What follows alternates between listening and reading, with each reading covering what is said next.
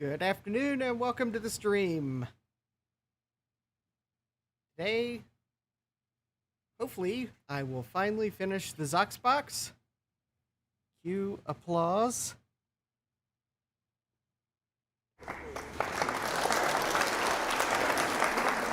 Thank you, but that might be premature. But yes, the long stream series will hopefully draw to a close. Because the thing we need to do, or not need to do today, is the aptly named finishing up step. So, you will probably notice that most of the items here are mechanical assembly item. The only electrical item are the wires. I have discovered these wires are not durable, so I am going to solder some header pins instead of using the wires, because that will let you unplug the boards for troubleshooting, because the instructions have you solder these. Well, I thought I stuck them in here somewhere where I could get to them, but instead I'm going to use jumper wires, and I've got header pins. So these will actually let me make an appropriate size jumper wire, and everything should be good. So the only soldering I have is for the header pins. Might as well get right to that. And actually, it's only header pins on the main board, because I looked at the I/O board and I actually already soldered all the header pins on the I/O board. So, header pins there, and there. So there should be 4. 1.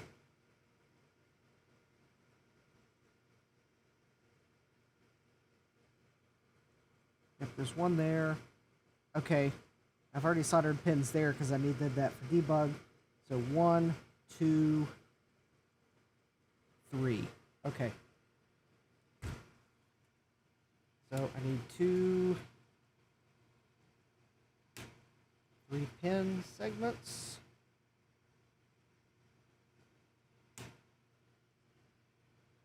And I believe the other one is 12 pins.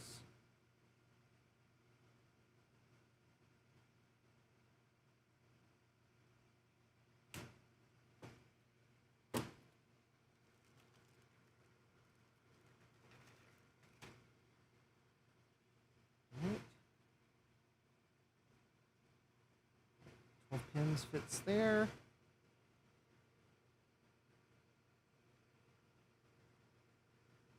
Three pins.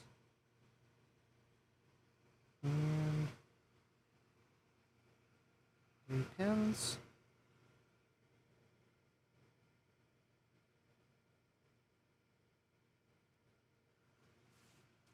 All right.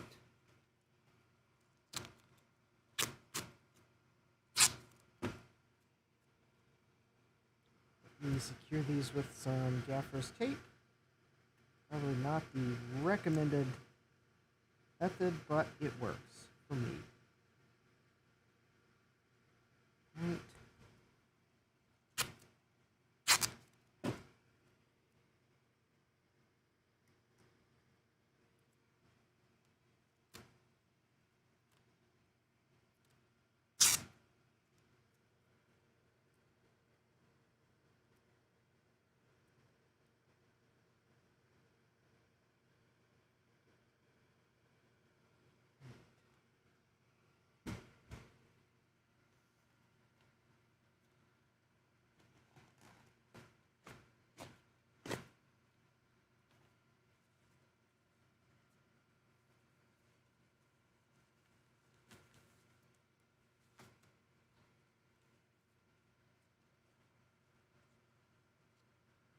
And soldering will be done before you know it.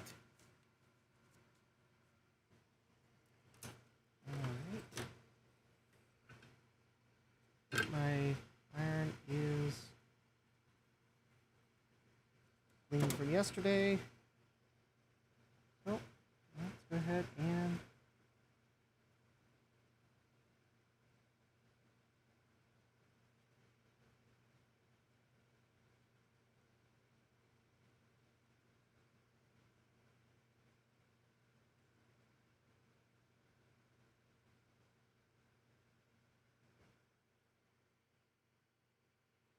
solder that.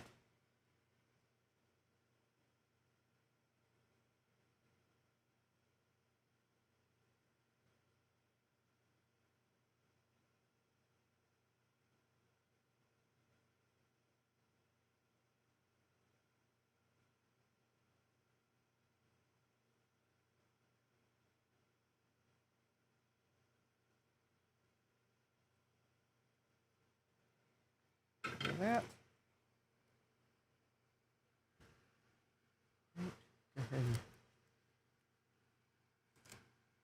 remove the tape. All right. Those stayed in place nicely. All right. And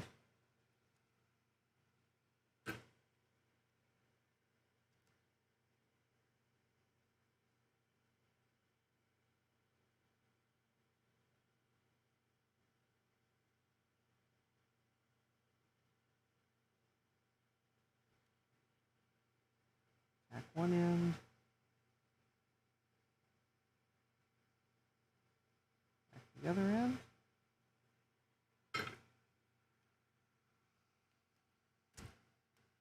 And pull the tape off. It's getting in the way. And oh, I guess I could probably zoom in. That just a little better. All right.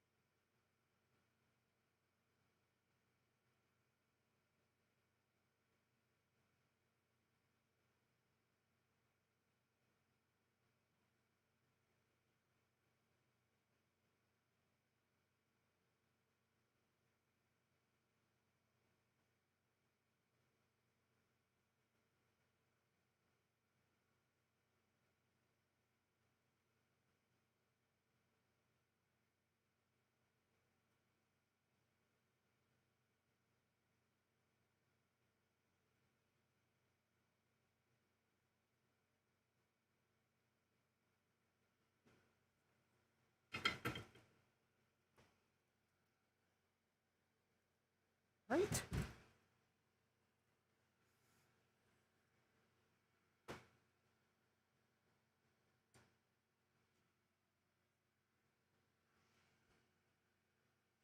Oh, wait a minute. 1, 2, 3. 1, 2, 3. Oh. I'm glad I caught that.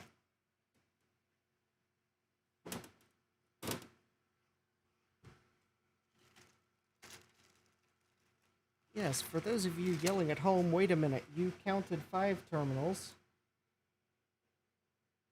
and applied 4. Well, yes, you are entirely correct.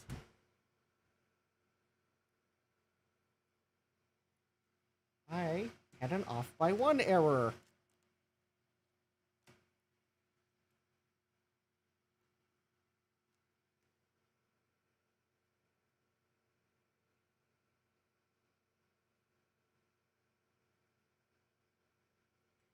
Alright, well,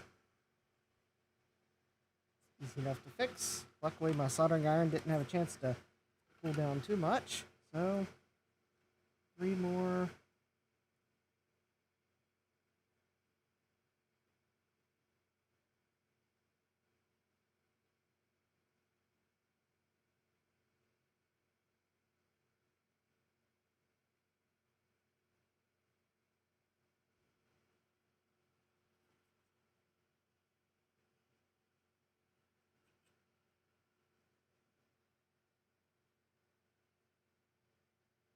Clean up this pad here. There we go. That looks better. All right.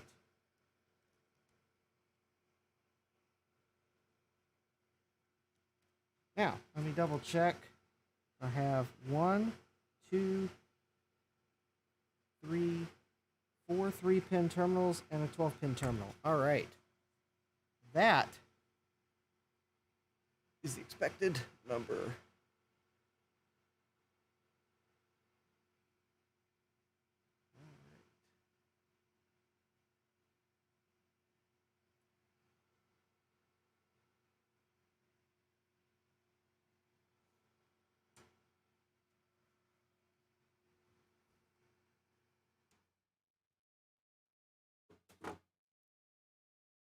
Right, now let's make some cables.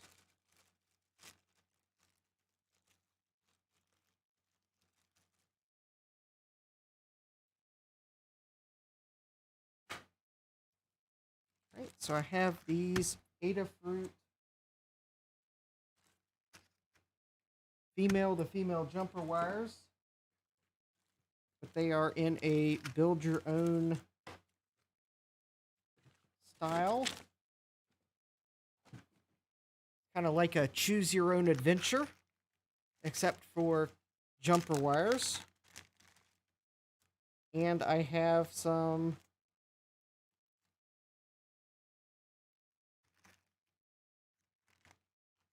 assortment packs, I believe.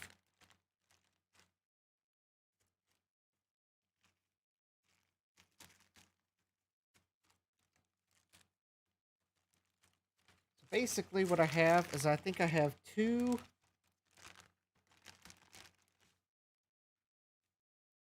40-pin raw jumpers, meaning while they have the female terminals crimped, they do not have the plastic shell.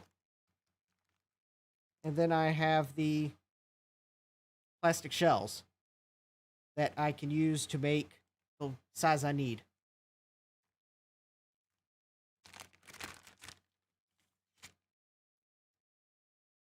So I need 3 or 4 that are 3-pin. And I think there's an assortment in this bag. So there's 1, 2, 3,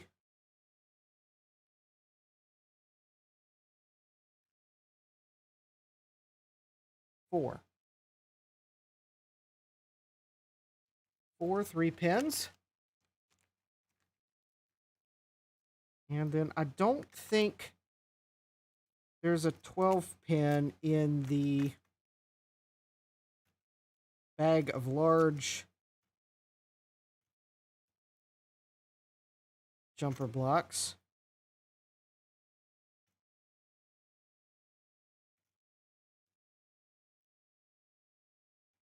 But I'll check. I'm hoping that if there's not a 12, hopefully there's at least 2 6s or a 4 and an 8 or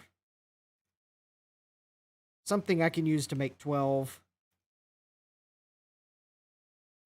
Now I could have just used 3 4s because I think there's some 4 ones in this.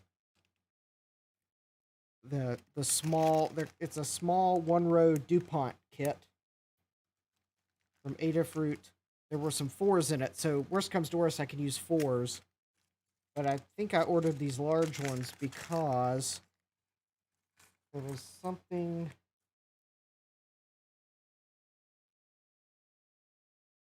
Let's see, that's 10. That's 9.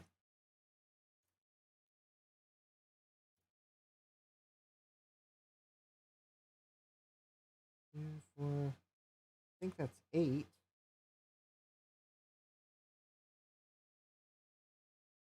No, that's 7.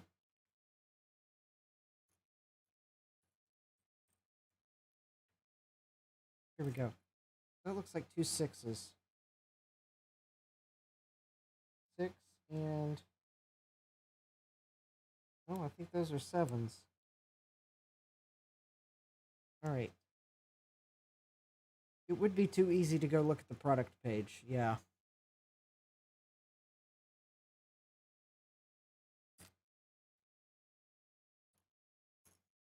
But actually, maybe that's a...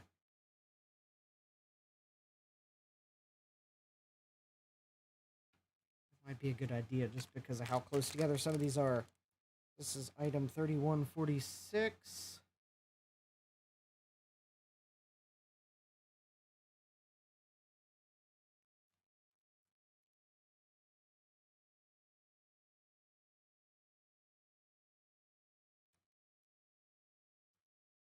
Okay, there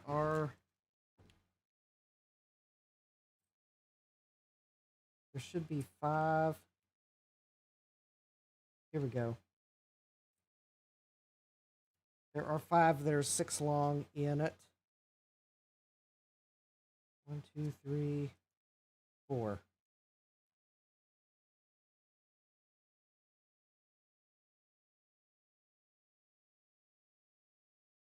All right, there we go.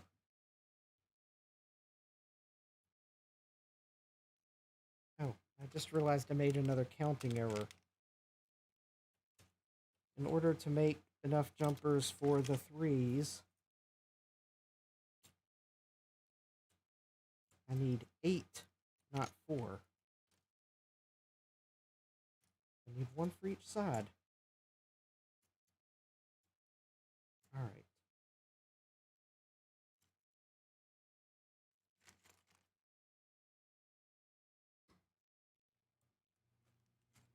Let's see.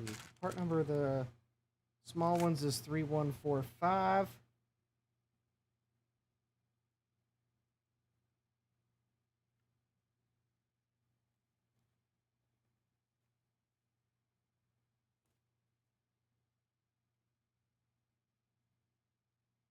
Oh. My grocery order is outside. Ah, okay. There should be 10 of the 3 big ones in here. There's 1.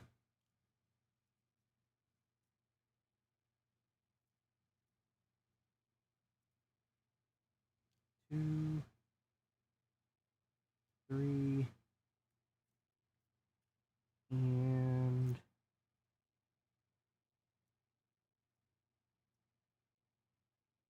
4.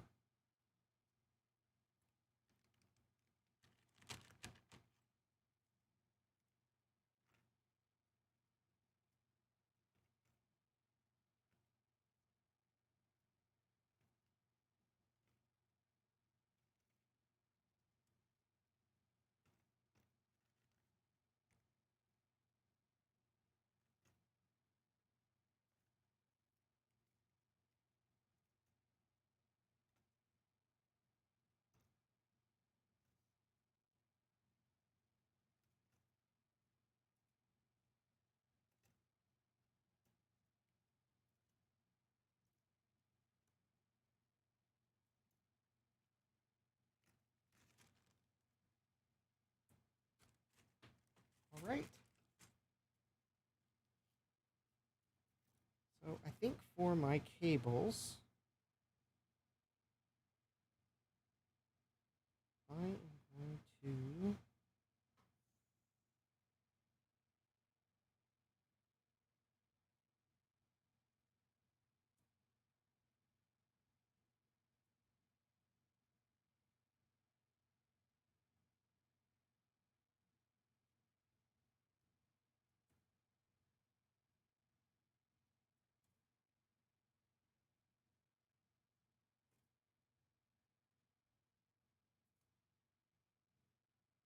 going to make them with a red wire.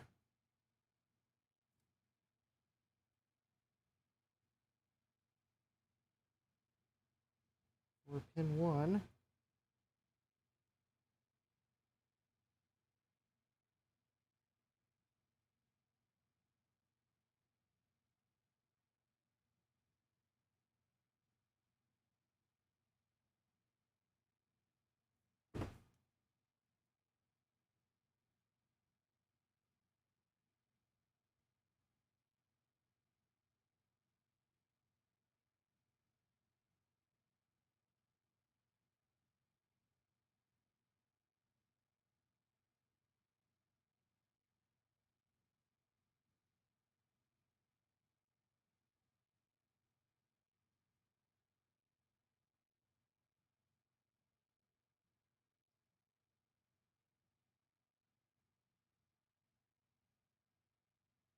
All right.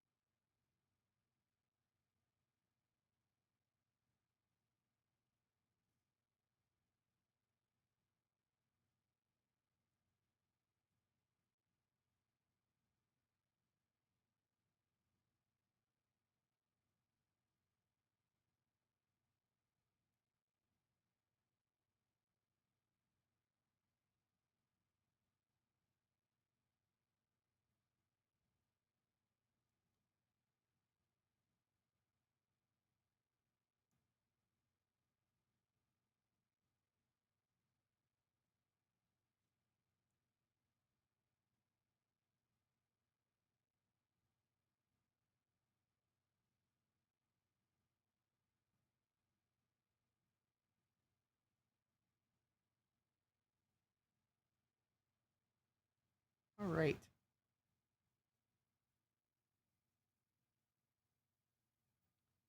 Actually, let me.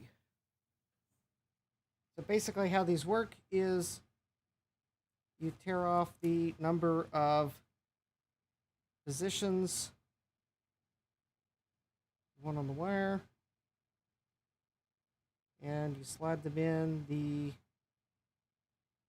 plastic housing, and if they don't snap in, then you put them in backwards.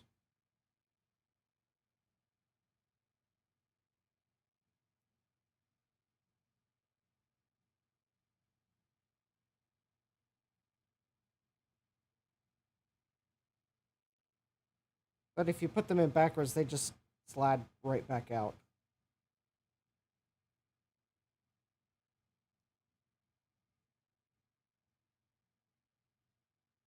So,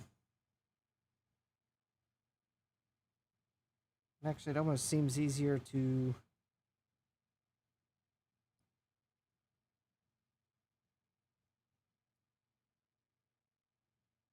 slide them in one at a time. There we go.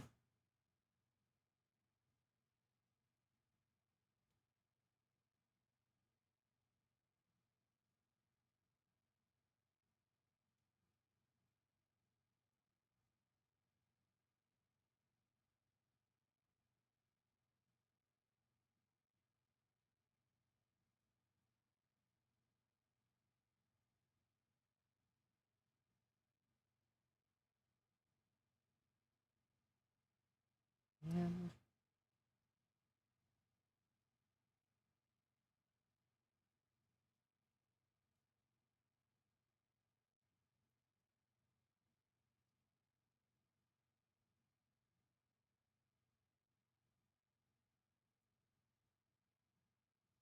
there we go. We got 2 jumpers. Red, orange, yellow.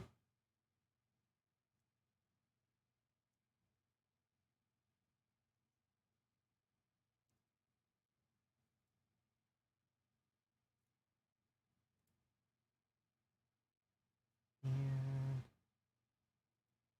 3.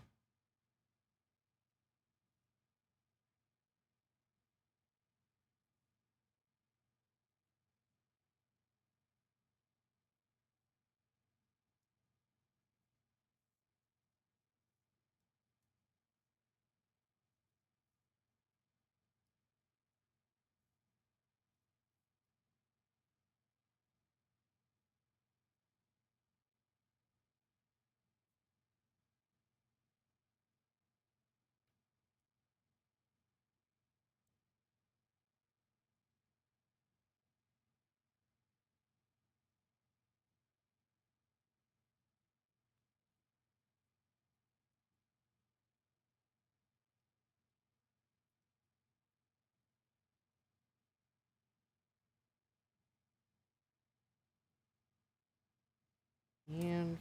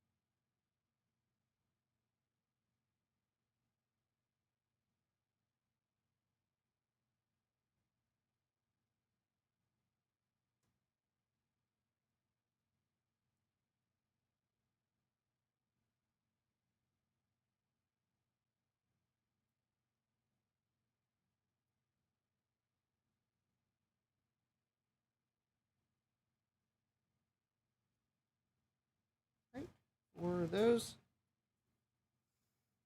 And now, let's see here.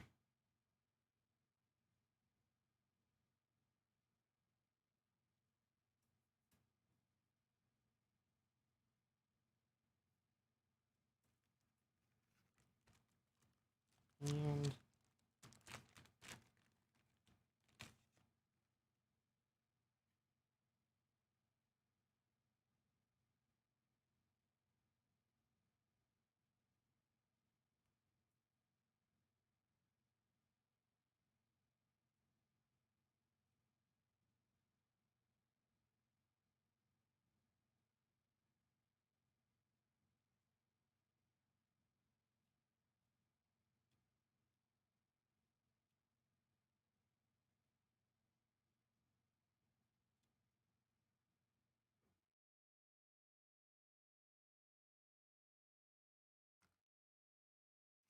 right, 12.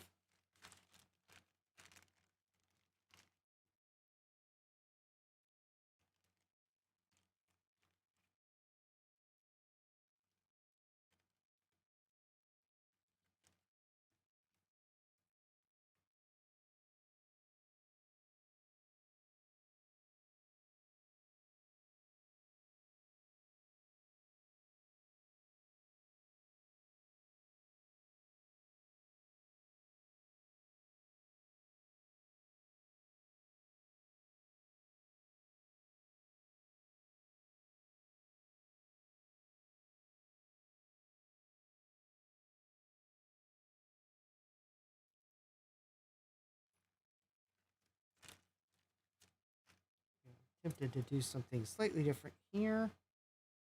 So, because the colors are going to repeat.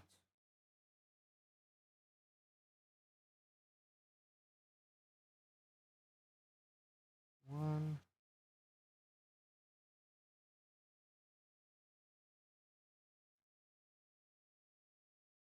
two, three,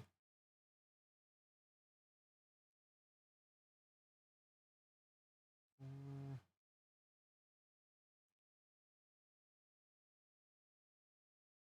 five,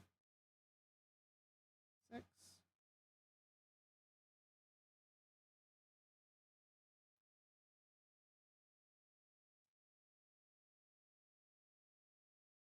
And then for the other side,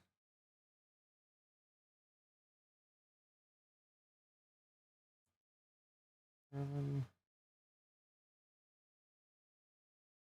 8,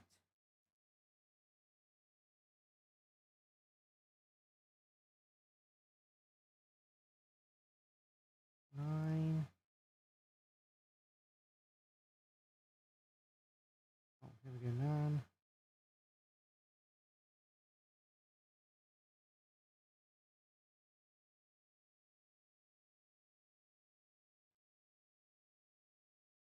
And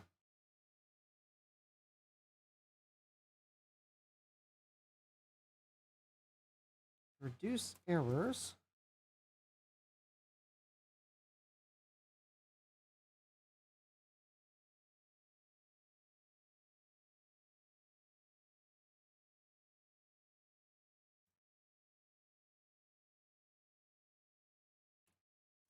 I removed the red and orange from this side.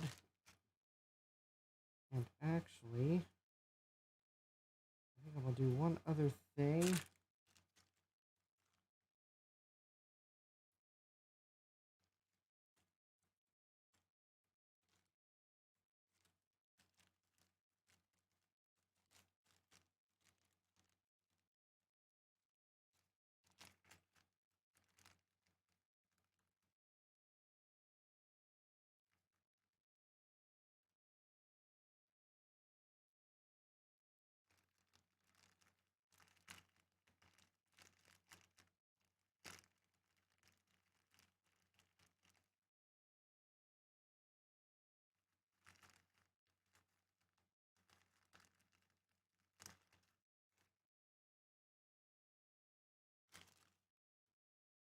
Just had this idea. Two reduce the chance that something happens to this cable if you take it apart.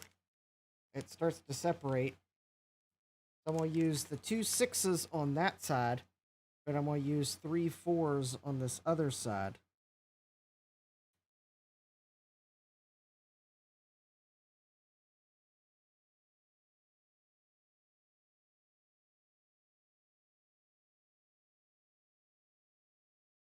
Might be unnecessary, but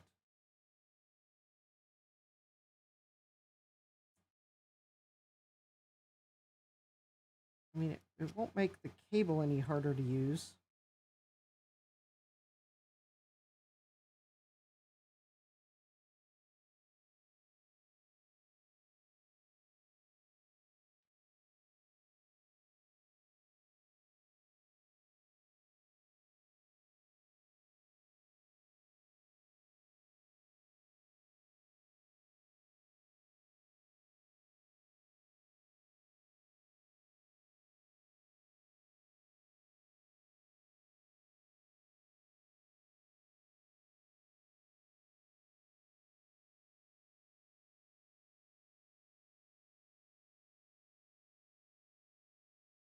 Now, if the cable were to tear, it still has, it'll still stay together.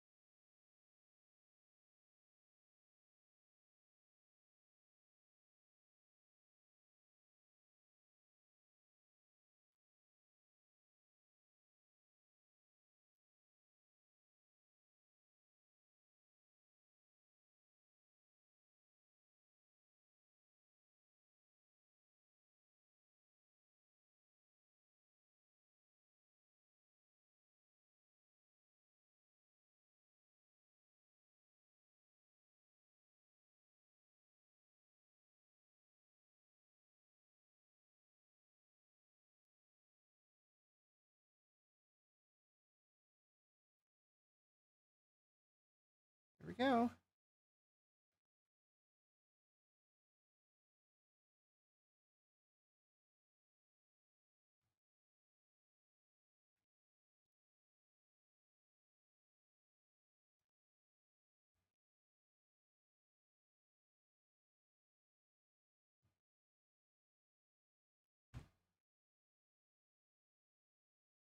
There's 1, 2,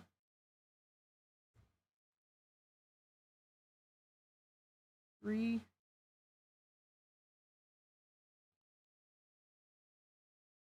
4,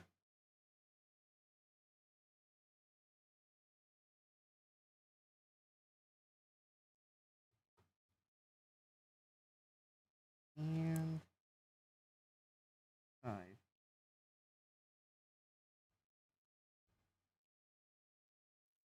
And now if I take the I/O board,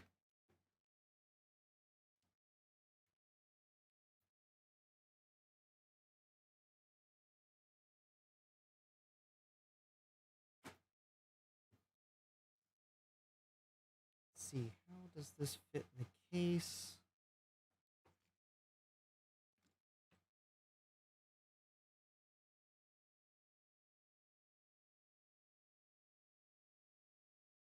It's like this, so yep, all right.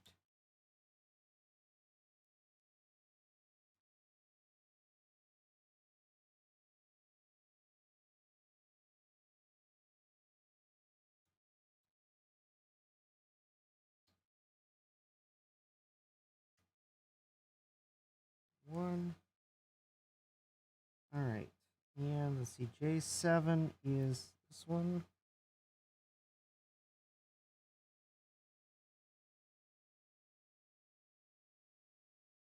This one's J4.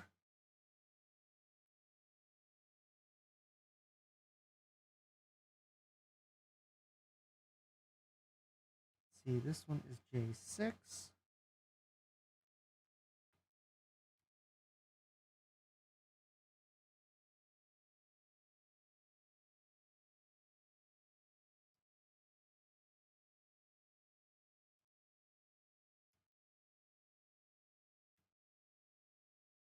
And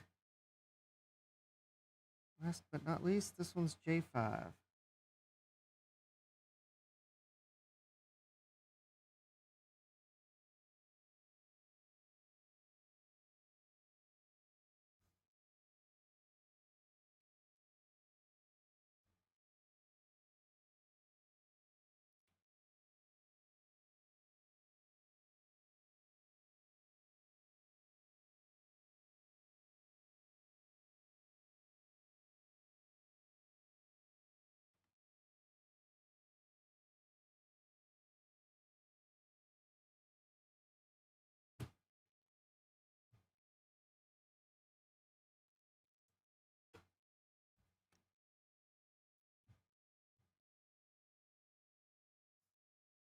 All right. So I am going to take a quick break because I do have a grocery order on the porch. I'm going to, even though it's cold outside, well, it can't sit out there forever. So let me go put the groceries away. I will be back. Stay tuned.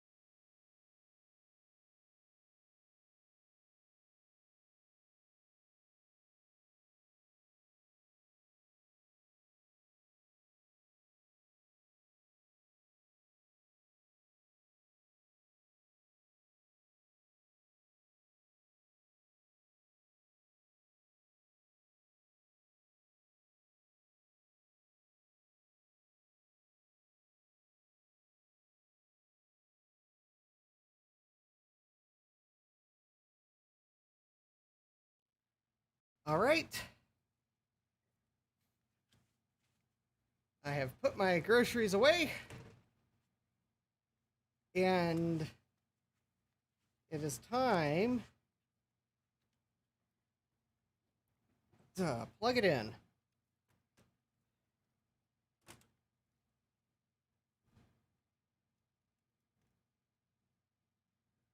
Oh, well,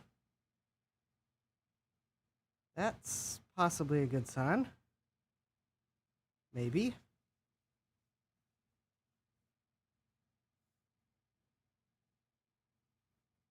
Well, I don't know. Let's see. What are those LEDs? So that is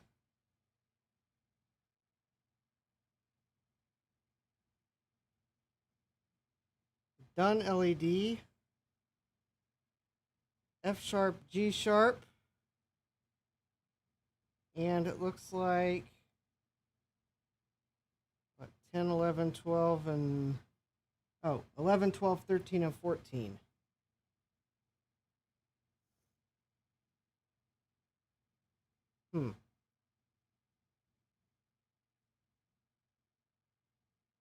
Well, probably means the microcontroller has some program in it.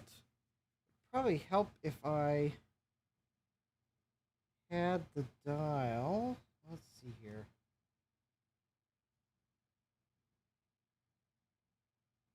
Let's see which one. No, this one's. That one's the one. All right. Well, it'll probably require some tuning. But okay, I just turned everything to the center dial. I turned this. Oh, that's computer control. Edit. MIDI sync. I don't know. What happens if I hit the run stop button?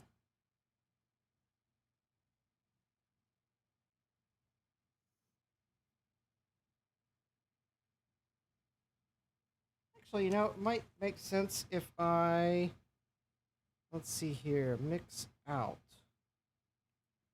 I think if I were going to plug in a sound cable, like this one here that I managed to find, I think I want to plug it into mix out and then plug it into line in. Maybe that would make sense. And then maybe if I hit the, I don't know.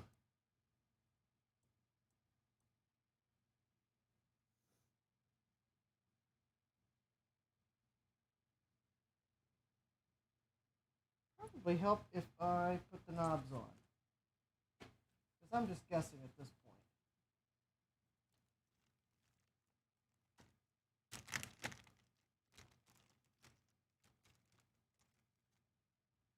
The knobs on the two encoders here. Oh. Oh, that's...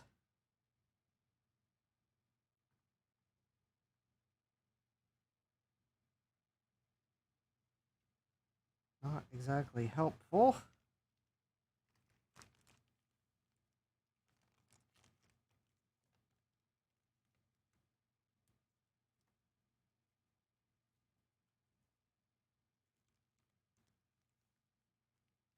One, two, three, 1, 2, 3, 4, 5, 6, 7, 8. 3, 4, 5, 6, 7, 8. Ah. These are the knobs for those.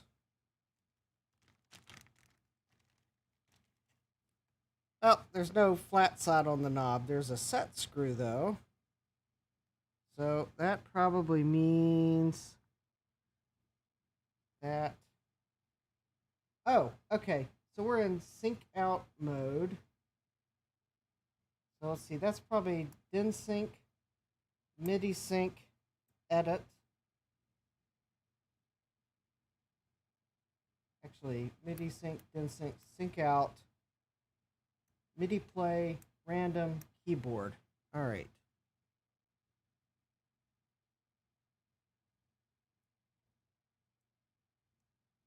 Well,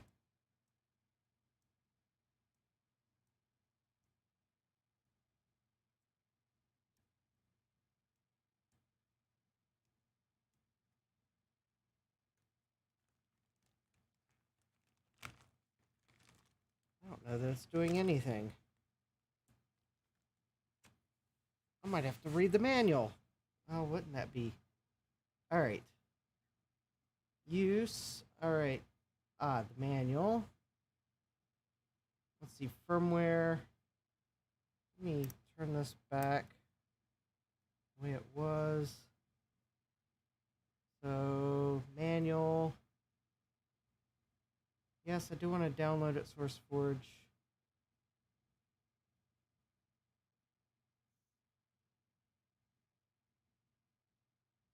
All right.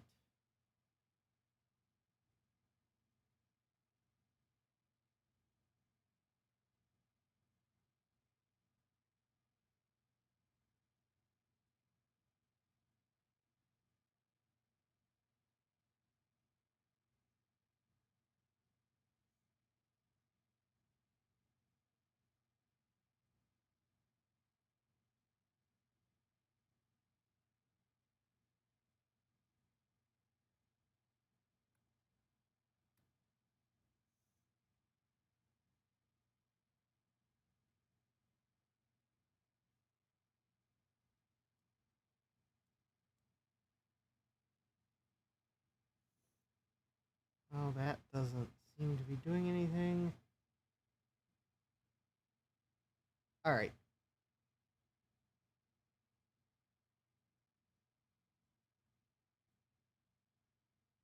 I connected the wires.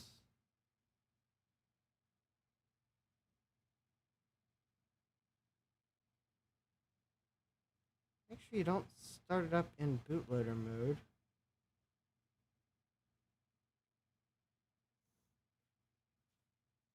Well, the thing is, I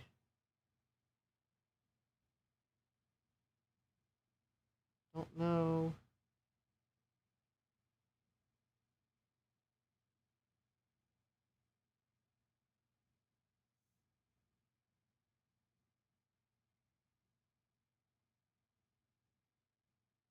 All right.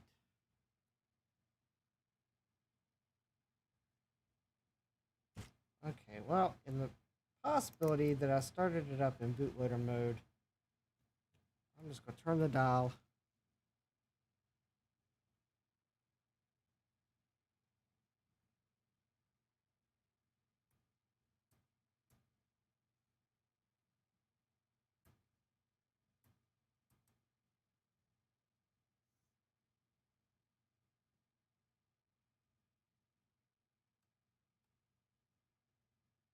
I'm going to take a wild guess that it's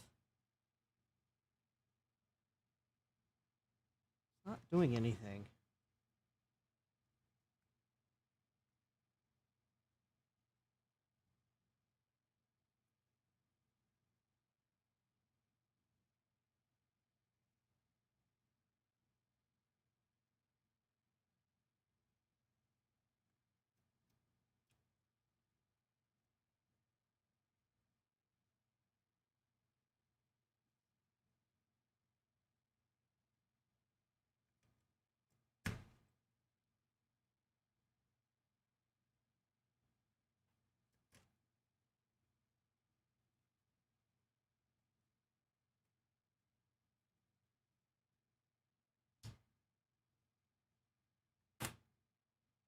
If I plug it in again, it should.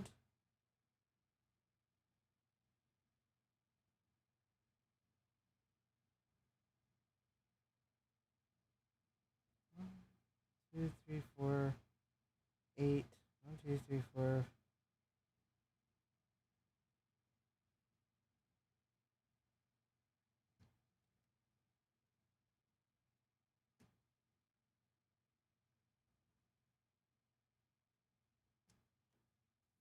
I don't think it's doing what it's supposed to be doing.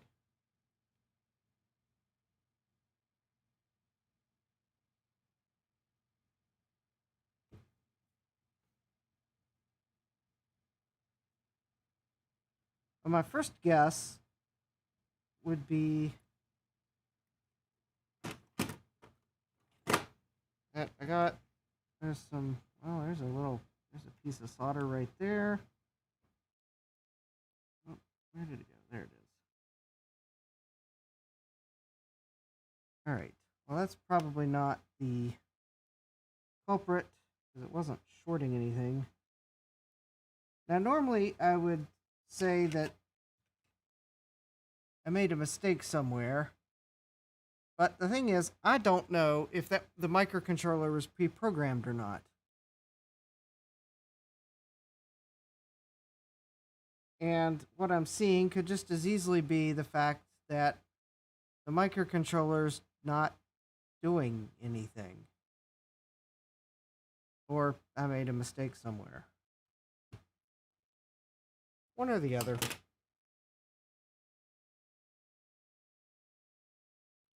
I don't know which is which. So let's flip this board over. And let's just double check that there aren't any obvious issues, like maybe another solder blob.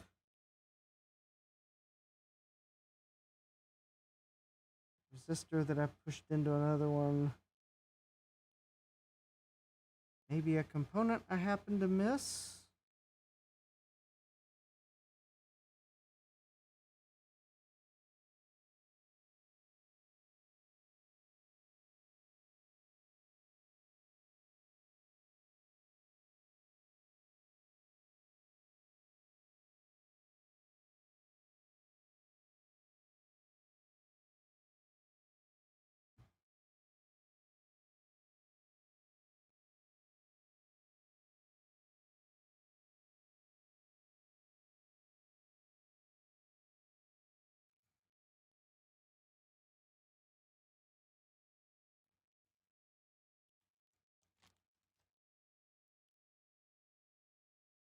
Well, I think the first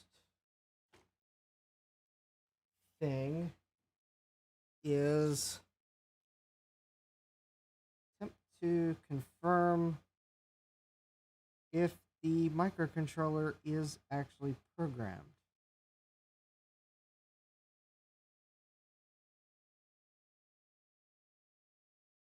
And this may be a case where I should just assume it's not and attempt to load firmware on it. Okay. Well, that leads to question. How do I program an ATmega 162?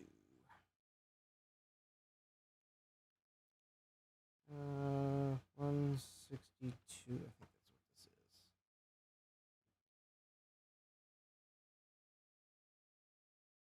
is.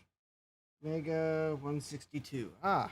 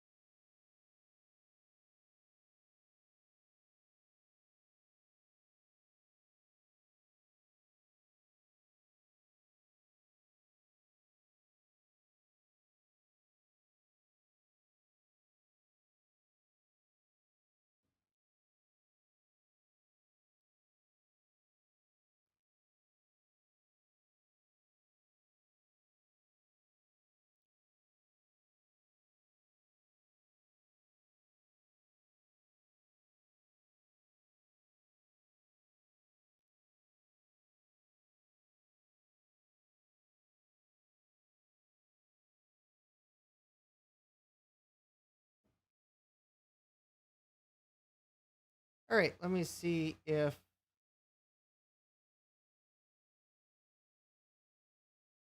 anything I can download from Lady Ada's website by chance has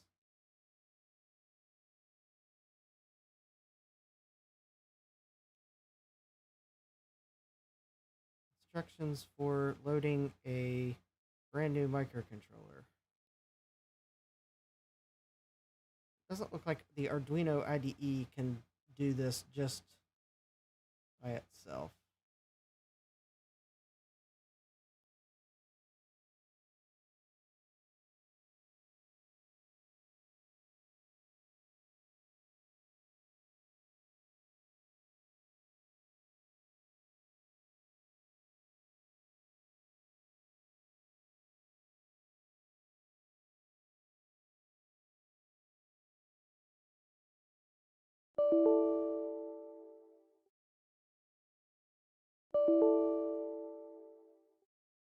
Oh, well, I can't launch the program because I don't have the Visual C runtime installed.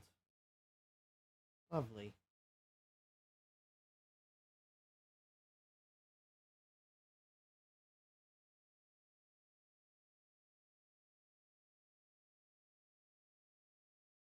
And I don't see...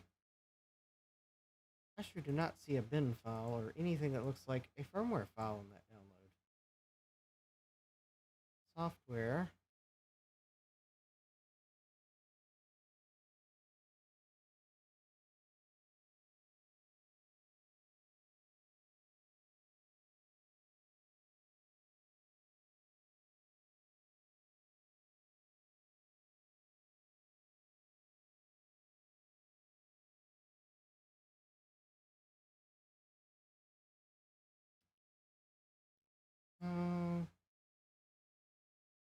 Resources.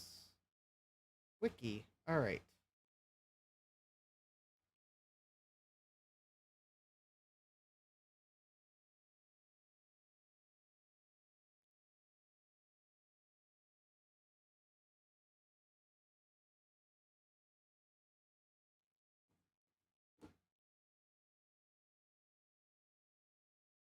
Oh.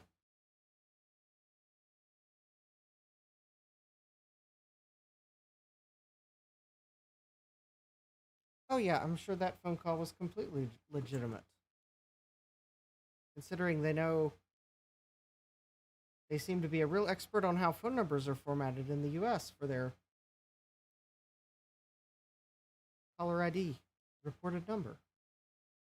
I bet that was real legitimate. I better go call them back. Ha ha ha. All right.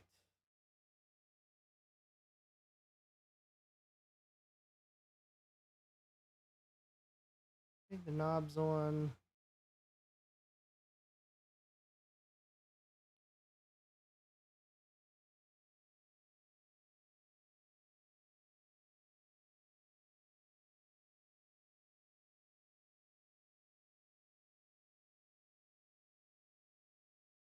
That didn't help. Okay. Where's the building the sequencer?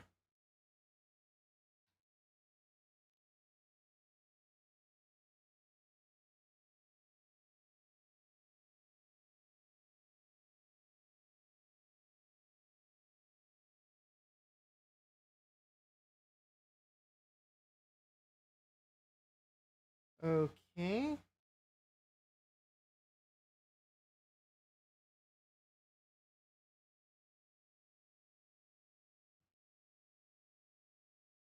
Oh, that testing the sequencer.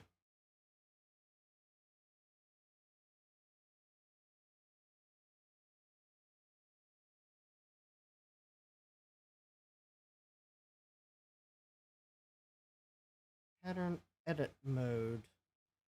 Tempo LED would be blinking. Well, pattern edit mode would be, well,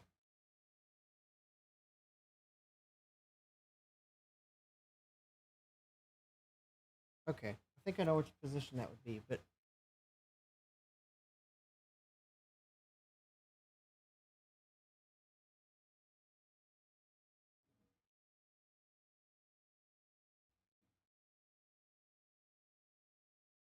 huh.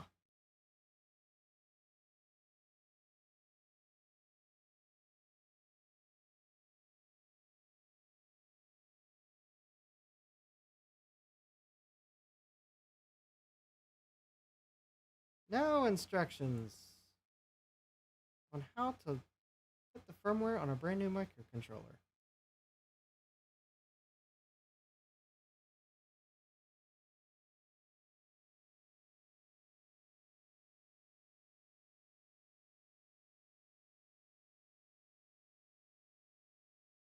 Well, all right. Let's see. Oh, the dehumidifier finally realized that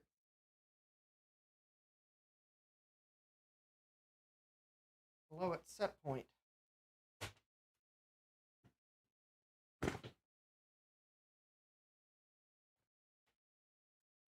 Okay.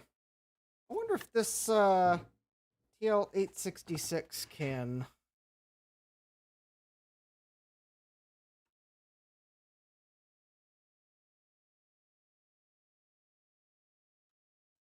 program in.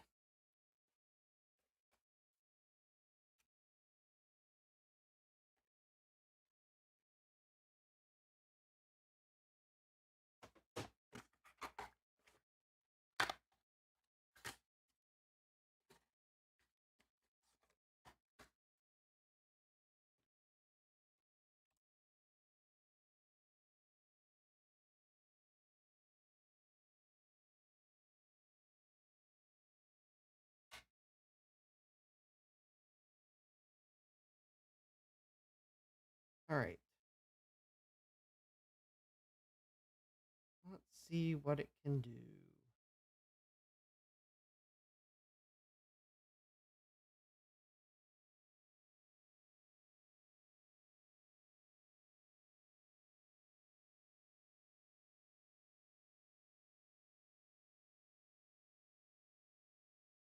Mega 162.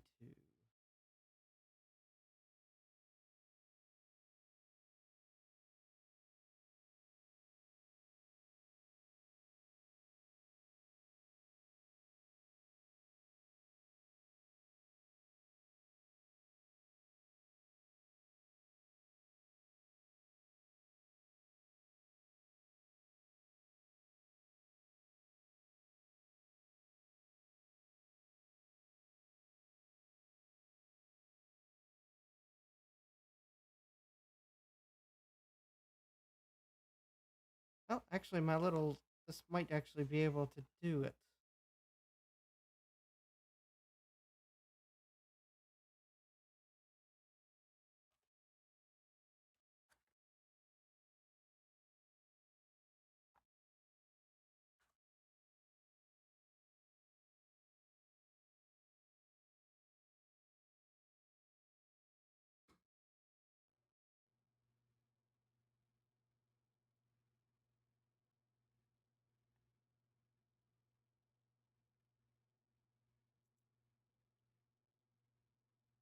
All right, let's see if I can't find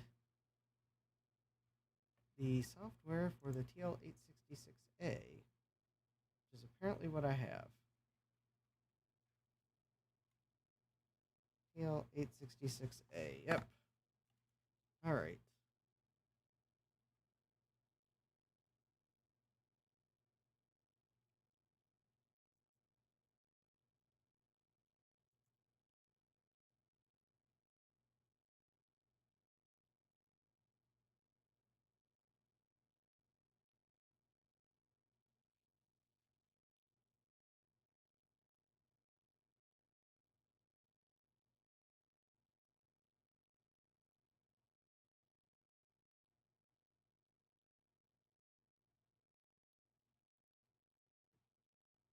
All right.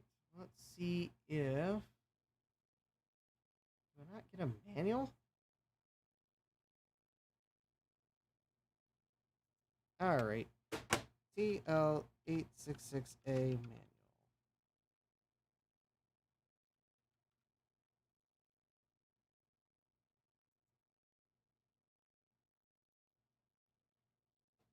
Device support list. AMD, AMSC, and a chip. Atmel. All right. AT. These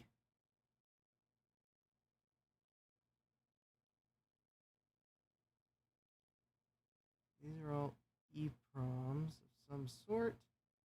Atmega 1.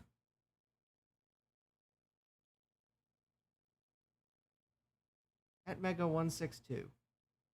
All right, it's on the list.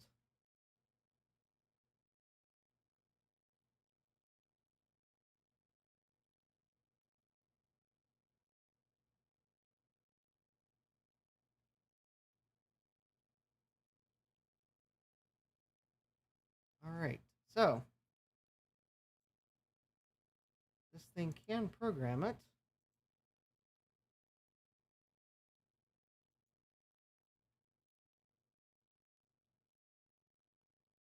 But of course, the download was a RAR file, which I don't know who uses RAR files, but I certainly don't. So I guess I got to download 7-zip so I can extract the RAR file. Probably to find that. I bet this thing doesn't work on Windows 10.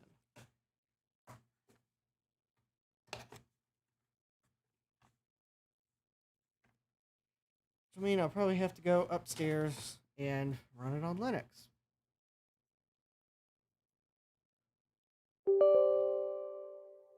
And of course, I still have yet to find the file to actually load onto this microcontroller.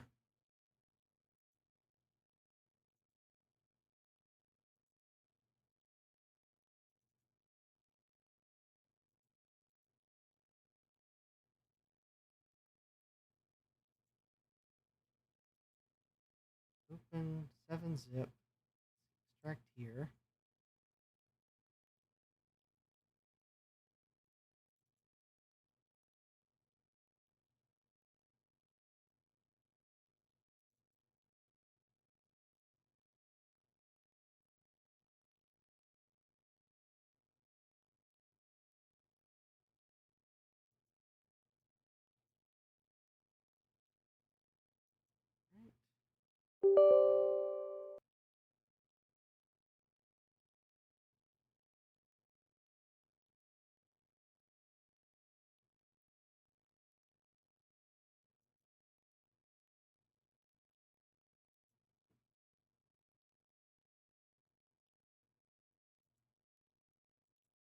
Yep, you can install that. I don't trust the vendor.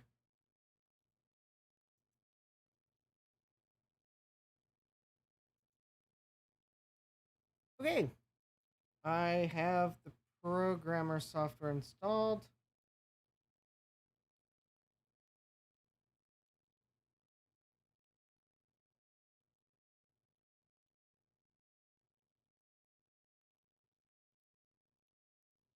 I don't know that I have a USB cable to plug it in with.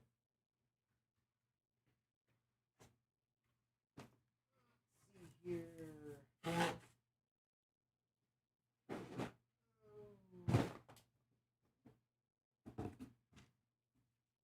Well, let's see here. Let me move this out of the way.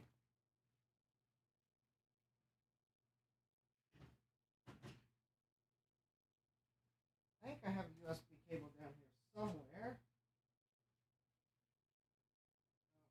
Micro USB or mini USB, actually, I think. That's a USB 3 extension cable.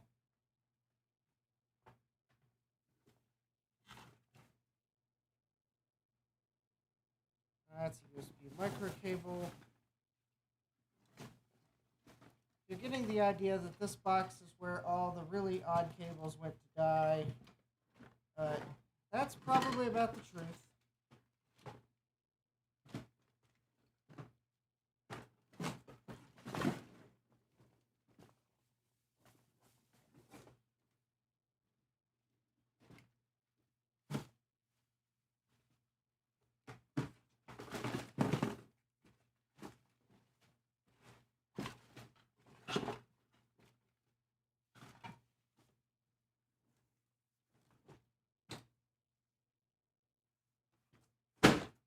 Nope.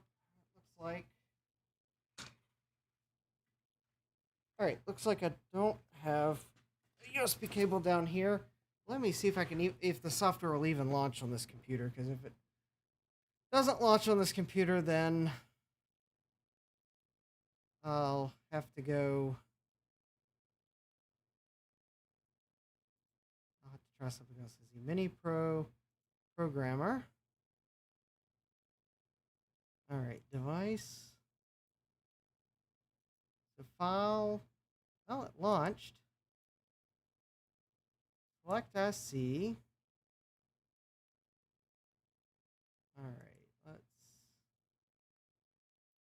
see here.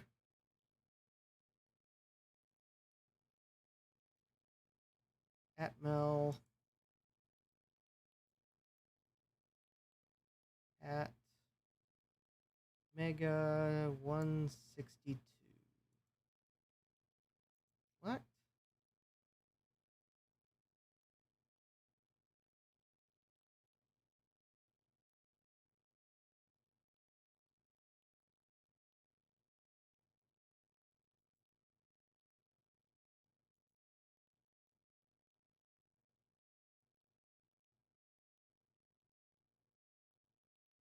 All right. Let's see here. Need ID.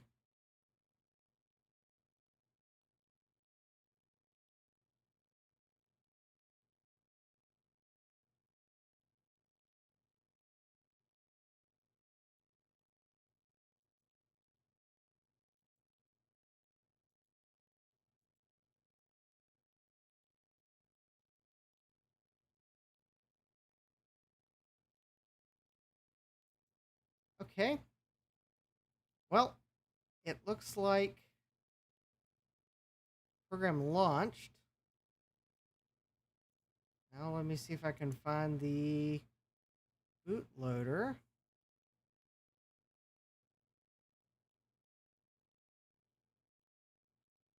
Box replacement parts.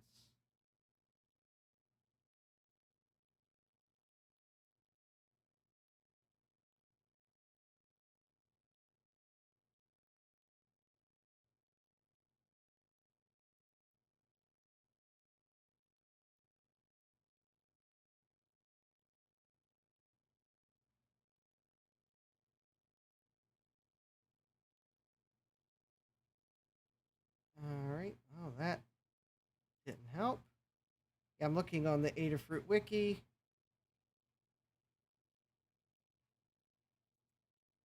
Well, actually, I guess I'll bring you along for the adventure. I don't see anything on the screen that. So I'm looking on the Adafruit wiki. I was hoping that there would be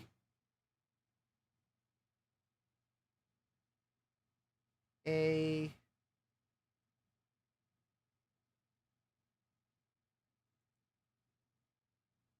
oh, that didn't work.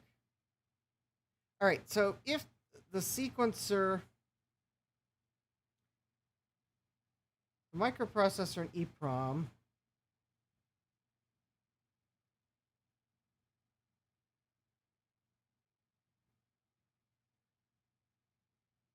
well, I didn't. Building the sequencer.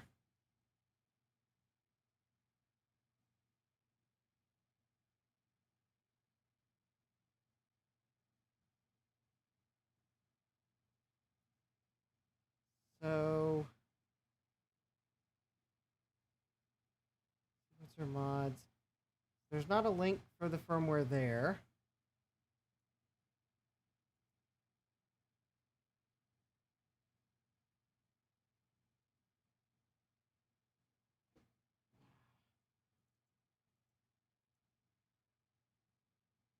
The Zox box. This is this. FAQ. No, I don't see anything here. Gallery mods. Make it.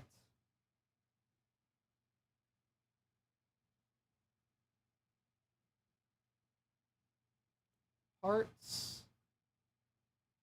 All right, well, maybe on one of these pages I'll find the. I'm basically just looking for the firmware image that goes in the microcontroller. Because when you bought the Zox box, you received a pre-programmed microcontroller.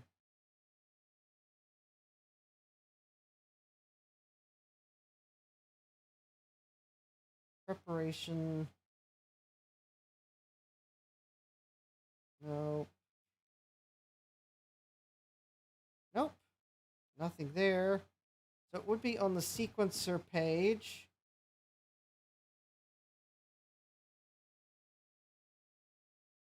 But there's no note about the firmware there. So I would think firmware But this firmware takes you to the download for the control software. Oh, wait a minute. Oh, here we go. Here we go.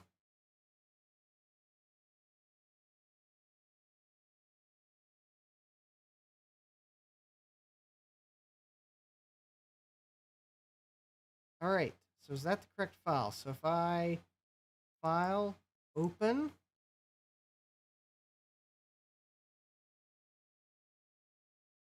and go to downloads,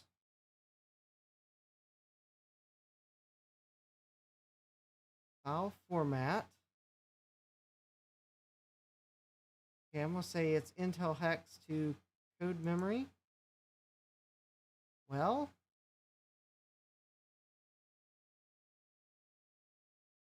that looks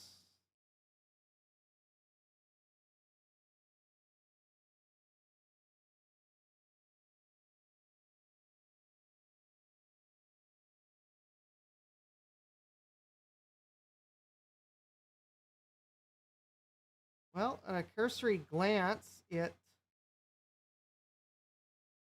looks like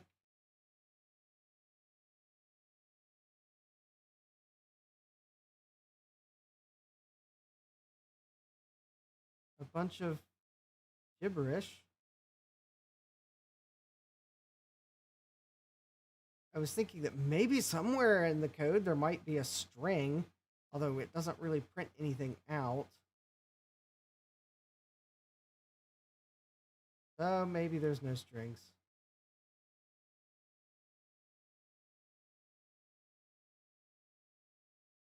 I mean, what's the worst that could happen? I do have a spare microcontroller. I just need a USB cable. It'd just be really nice to see the strings Oxbox in here.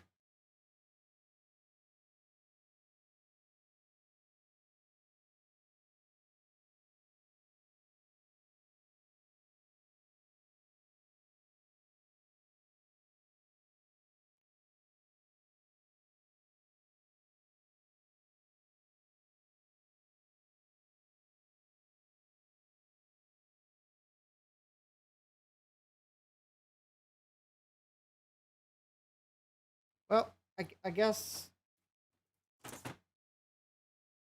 all there is to do is pull the microcontroller. So unplug this cable to make it a little easier. Use my IC puller that's slightly too small for the chip.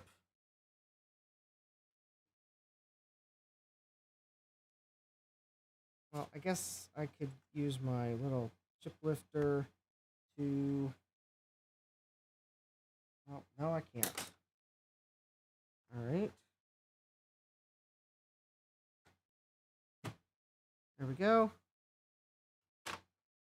And put it in the programmer.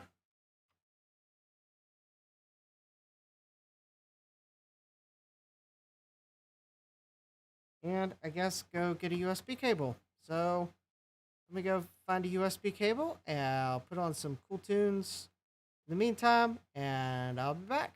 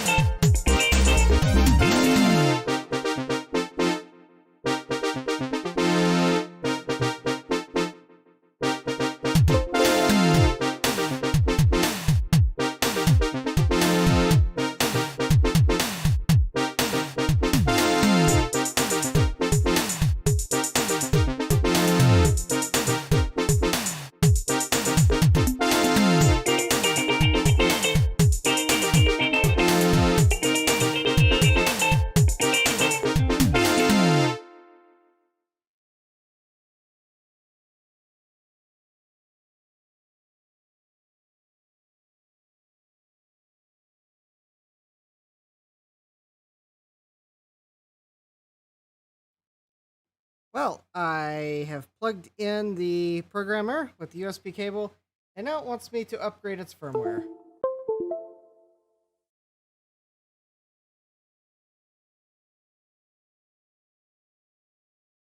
That's par for the course.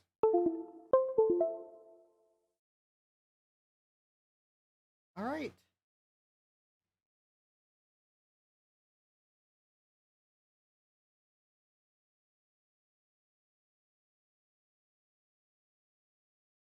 All right, well, my programmer now has the latest version of firmware, I suppose.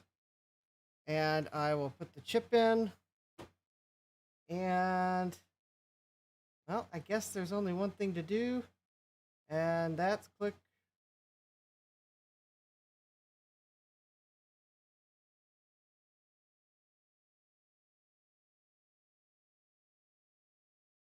Well, I'm curious.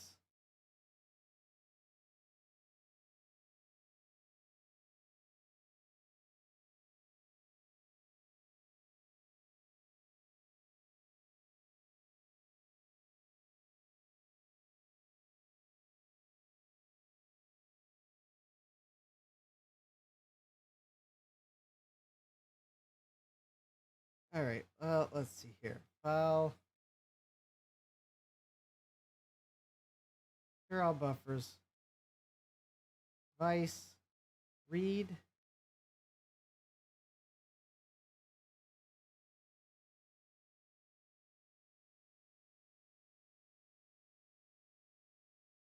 Well, that appears to be programmed microcontroller.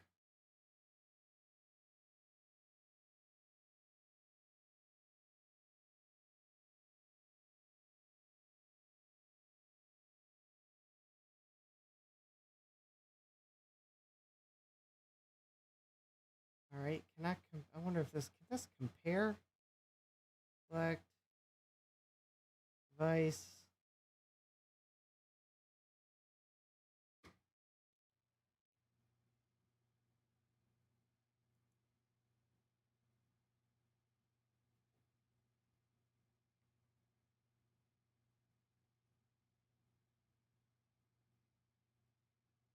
I suspect there's a problem on the board because this appears to be a programmed microcontroller. All right. So it's not to potentially do something completely silly.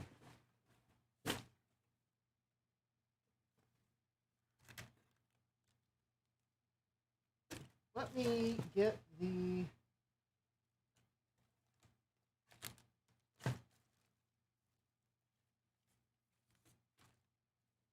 I've got an Atmega that I know is brand new, factory fresh.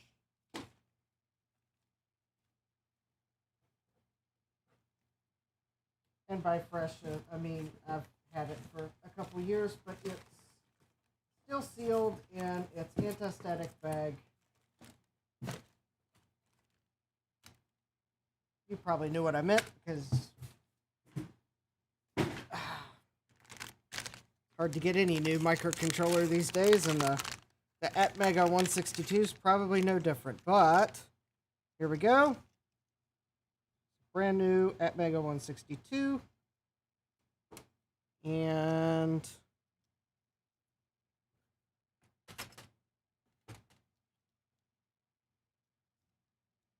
let me pull it out of the, actually. All right, so brand new Atmega 162, 16 PU, brand new, well, brand new-ish from Mauser.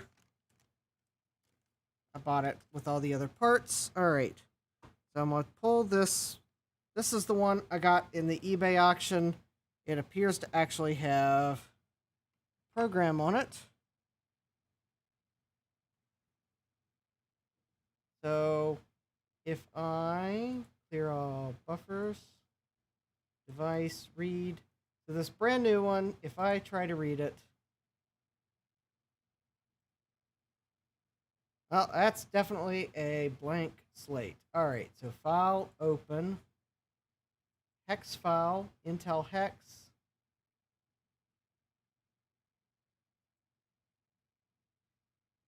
Actually, let me clear all buffers. File, open, code memory.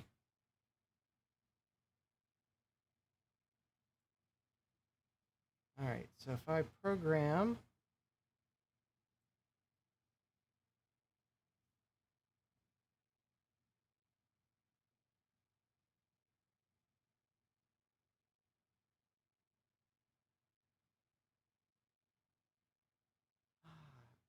how do you set the fuses?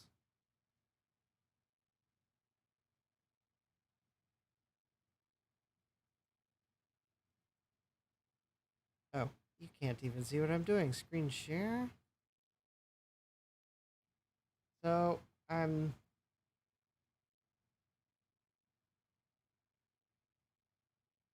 oh, actually, let's try this. Clear all buffers. All right, so that's the new chip. Let me take the old chip and I'm gonna read it because it appears to have all the fuses and everything set. So we're going to device read. All right.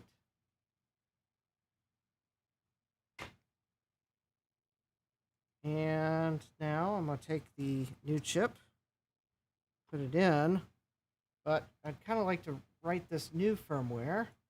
So I'm going to open this hex file, and I'm going to import it to code memory. So hopefully that still has the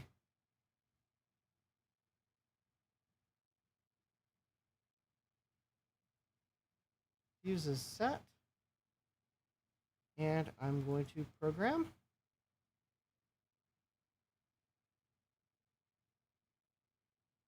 All right, and now that should be an AppMega that has the latest version of firmware.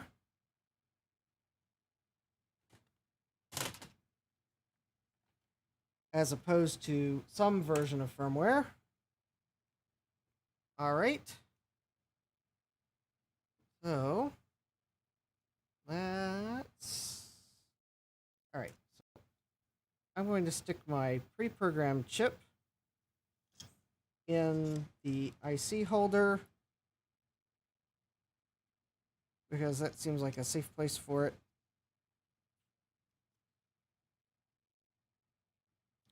All right. I will put my programmer away.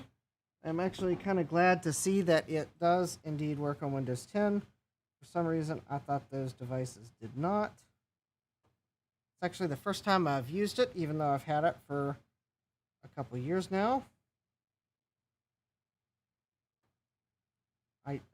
I have an IC pin straightener somewhere. I don't know where it's gone to.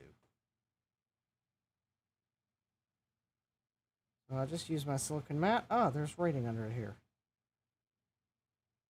Oh, probably just lot information.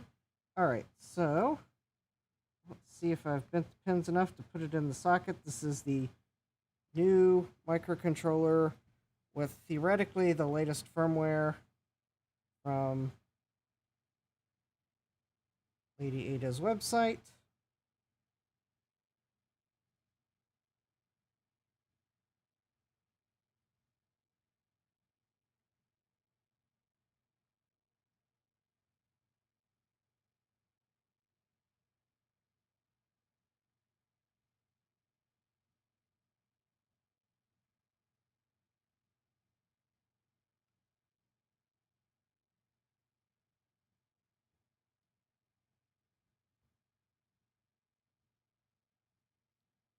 If anyone's watching me struggle, if you want to recommend a pen straightener, I'd prefer one that's actually made of plastic, not 3D printed.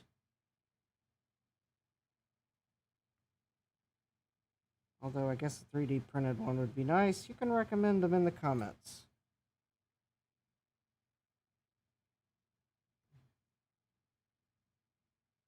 Also, if anyone would happen to be watching the stream that would be trying to figure out what I want for Christmas, I have a desolder station on my Amazon wish list. Or, well, it's not a desolder station, it's a desolder vacuum pump. That would be really nice to have for Christmas. Something tells me I could use it shortly.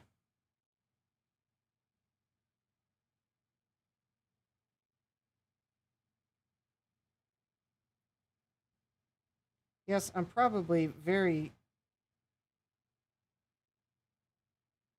just trying to sneak down on the proper pin align. There we go.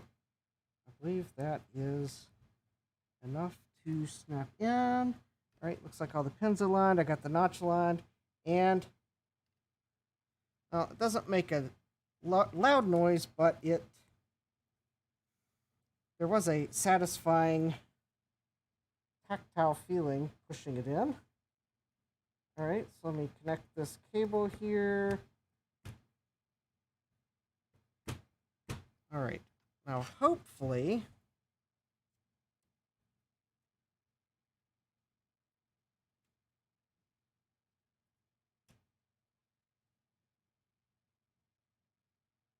well, that actually looks a lot, well, that looks substantially better.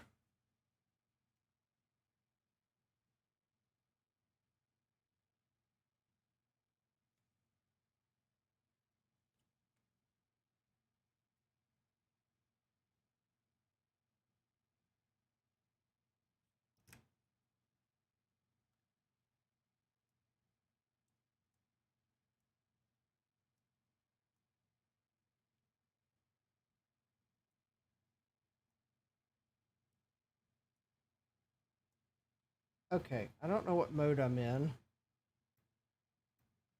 So I think that is looking at the position of the dial. I think that's sync out. So I want then sync, MIDI sync, edit. And supposedly the tempo LED will blink.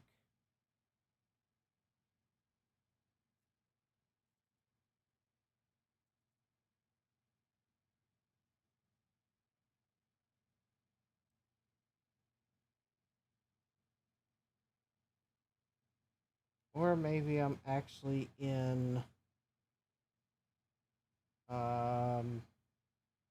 maybe keyboard mode. Sync out MIDI play random keyboard user. Maybe I've got that dial wrong, and maybe that's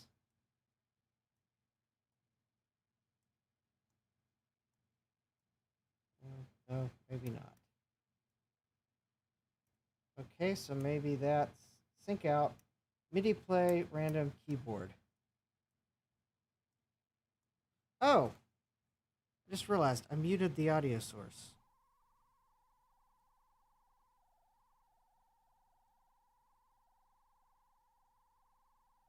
No, that does not appear to be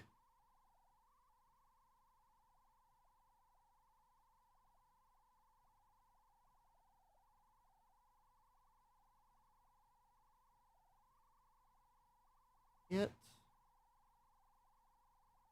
Oh.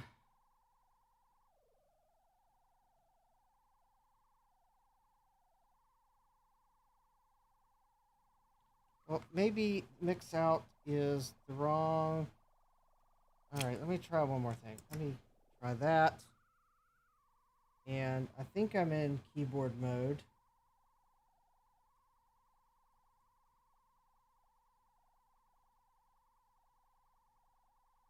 I don't want to completely. Well.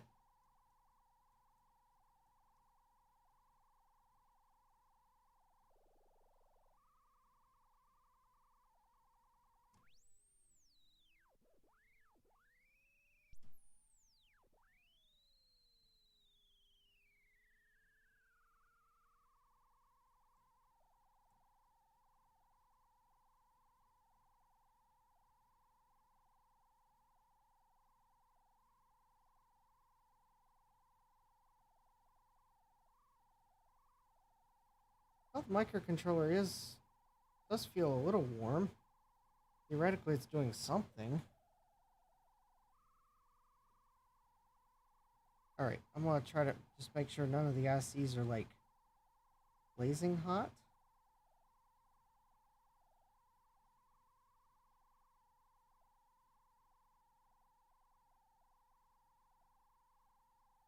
I mean, the microcontroller is warm.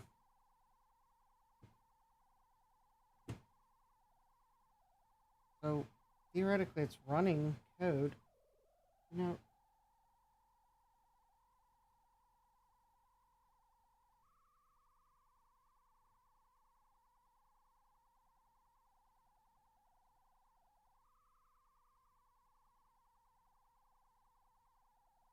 well, maybe I should clean the flux off the board.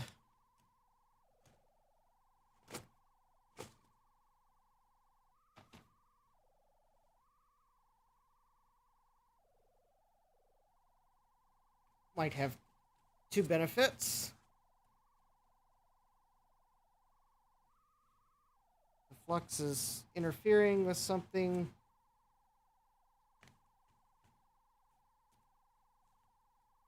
Well, and plus, I guess flux could be shorting something. Although I thought it was generally non-conductive, but... Well, okay, it's probably not shorting something, but maybe there's a little solder ball or something.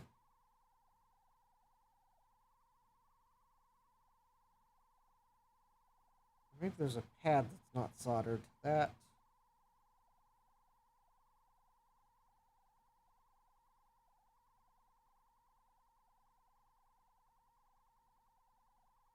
Well, I need to clean the flux off. Just because if I'm going to be probing this, the flux will get in the way.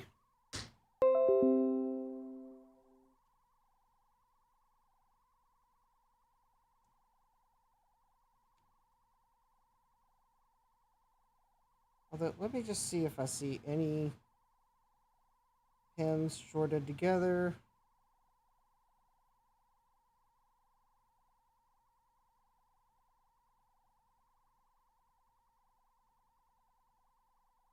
I mean, I may pull out the microscope, but...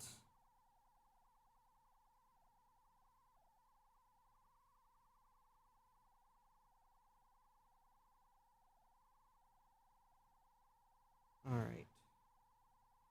Well, that looks downright nasty there.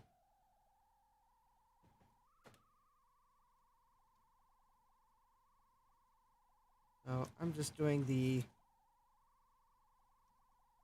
toothbrush and isopropyl alcohol method. Because the spray flux cleaner I have is just awful.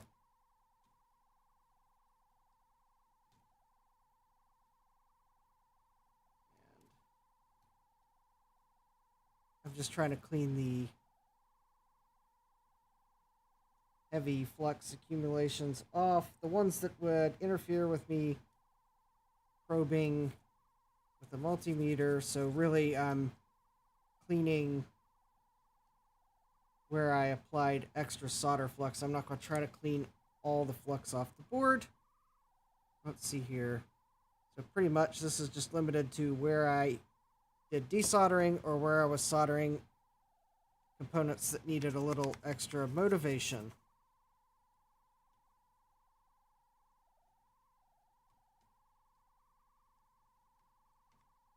So these transistors here used a little extra motivation.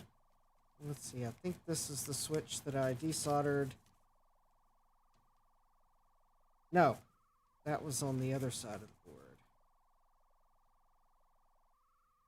And I desoldered in the mistaken thought I'd put the wrong one on.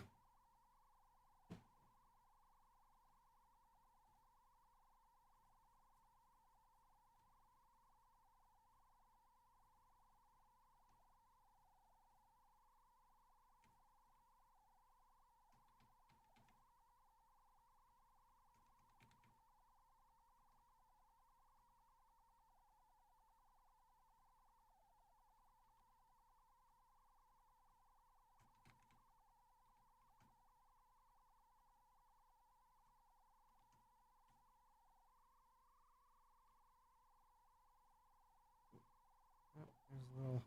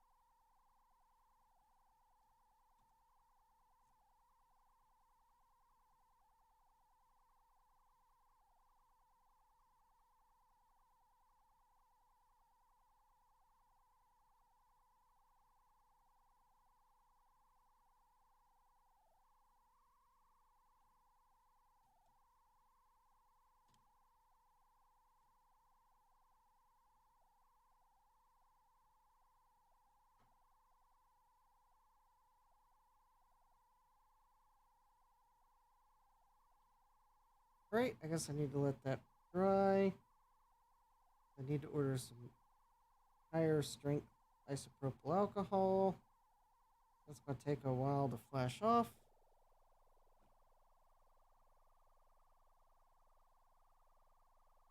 I think that got the bulk of the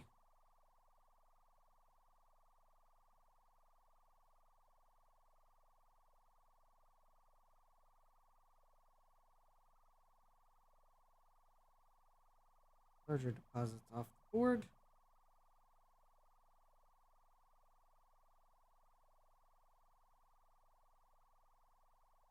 Just double checking chip alignment. So there's the notch. I see 7. I see 6. Notch is reversed. I see 8. Okay, well, reversed from IC7. So, yep, notch silk screen, notch matches pin, notch on the silk screen matches pin, notch on the silk screen matches pin. Yep, that matches, that matches. Those 3 match. Also making sure that there's not like a pin hanging out of the socket.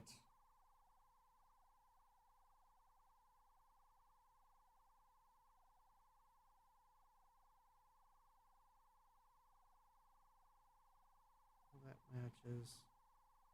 Yep, that matches, that matches, that matches.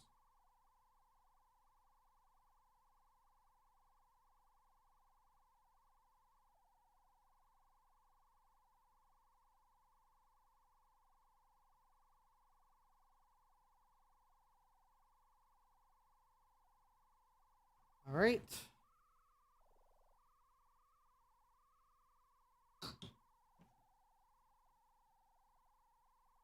Yes, I should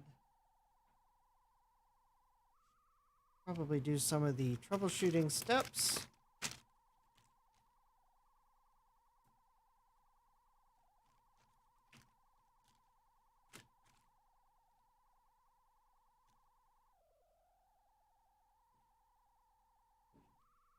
Don't need to troubleshoot the power supply.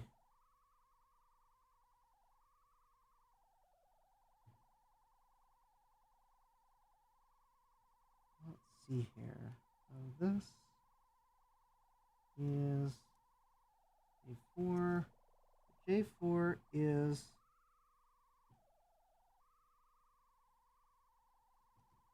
power coming into the board.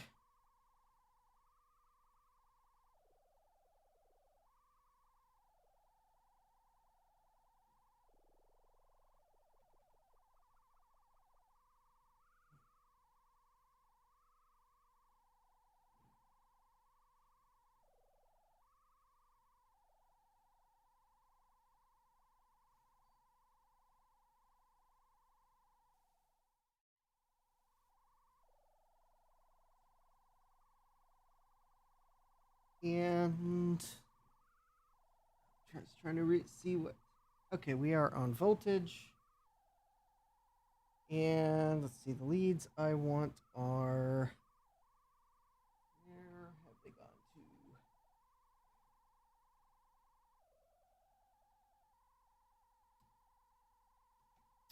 Well, I had them yesterday. I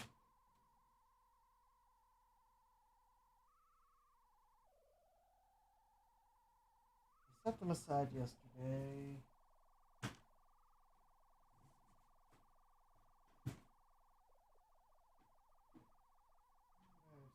Aside to... No, obviously not a place that I remember.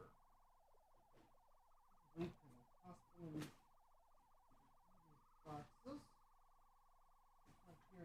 Here's that box, which probably means they are...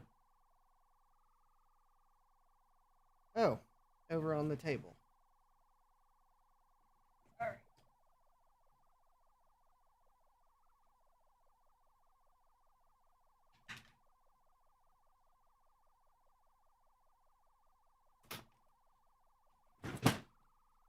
All right, the good thing is I probably have not done anything to damage the microcontroller since I was able to read the first one.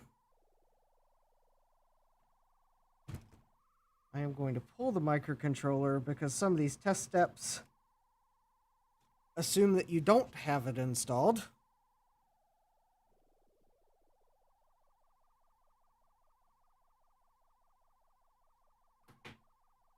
As far as I know, that is the only component that some of these steps don't expect to be there.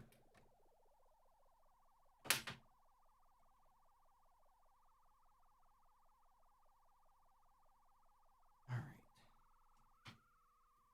So I am going to... Okay, I'm going to assume the I/O board is probably still fine. But I am going to test the...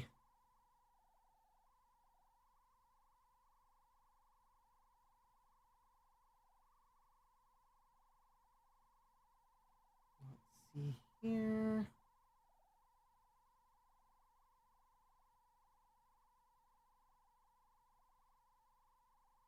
All right, so I think...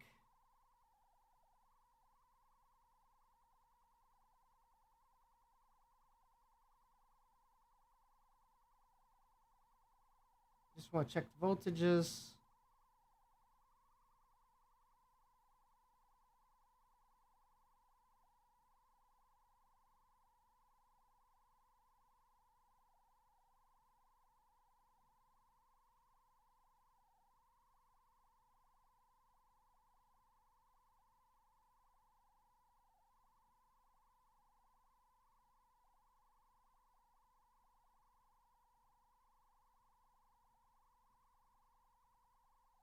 Okay, those are centered. Okay.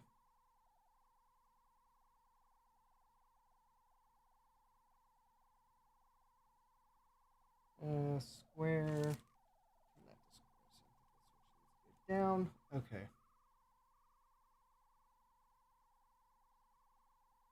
All right. Just want to double check the control voltage. And I'm looking for the...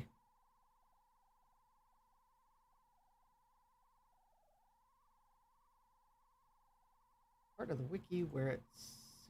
Well, the... oscillator. Oh, that's the testing it.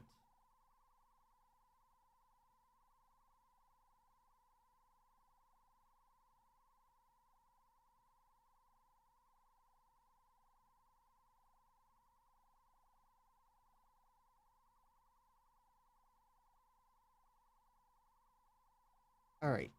I'm just trying to remember where the voltages are. And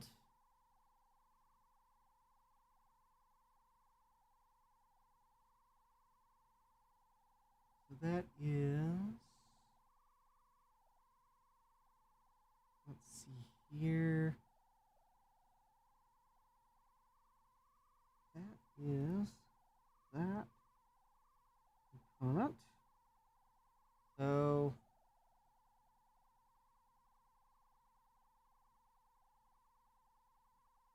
I should have 12 volts here. Oh.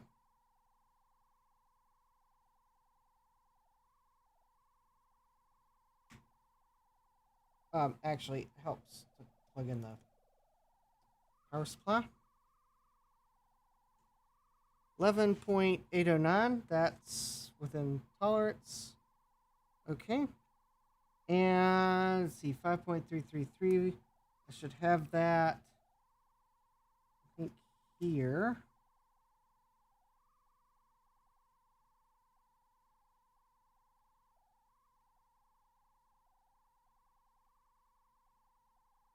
Oh, I can. There we go. 5.321. All right.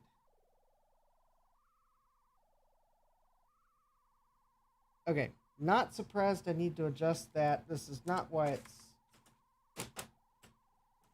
not working, but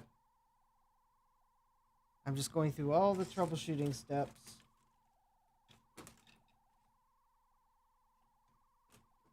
Or I'm skipping the ones that need me to drive 2 and 3 volts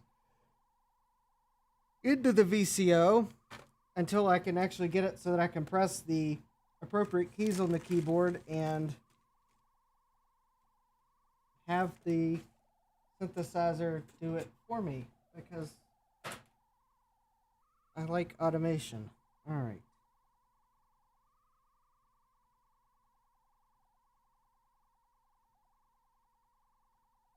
That's too big. Let's see here. Here we go.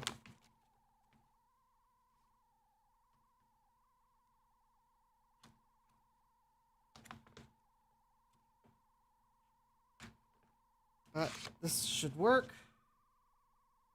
I'm at least going to tune this back, given that I now have different wires.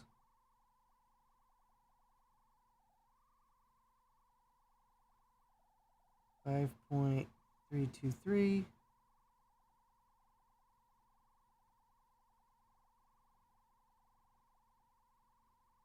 Three, 1, 2, 3.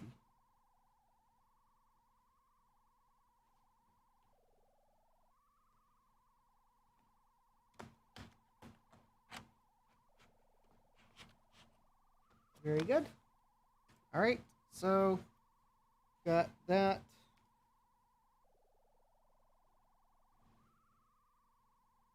All right. As you can probably see, well as you can see on the meter view. All right, so I still have 5.333 volts there.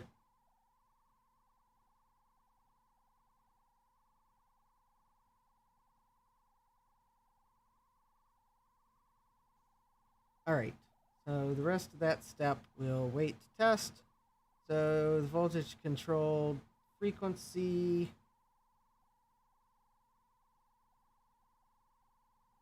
There's a scope to probe the potentiometer.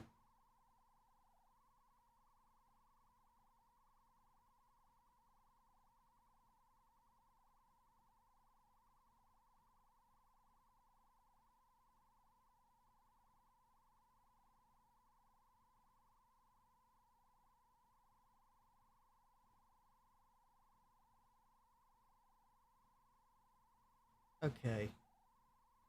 That needs the weight envelope. All right, so we can test the gating circuit. Power up the main board by connecting J4.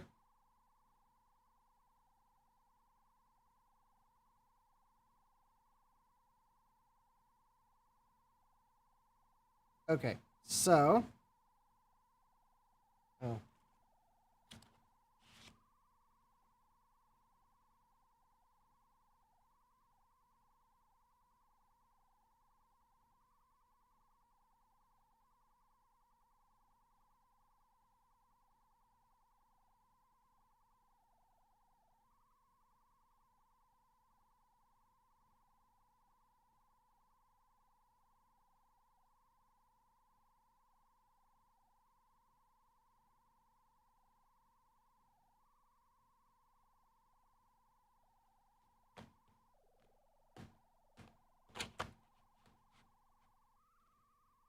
Okay, so it wants me to connect the voltmeter. Check the voltage at the north side of D35.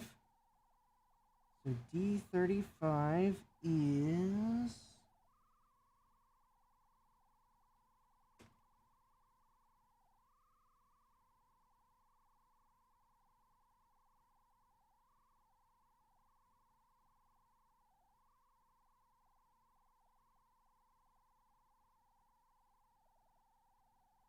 Well, theoretically, a diode that is running from top to bottom on the board, D21, D35, so it would be...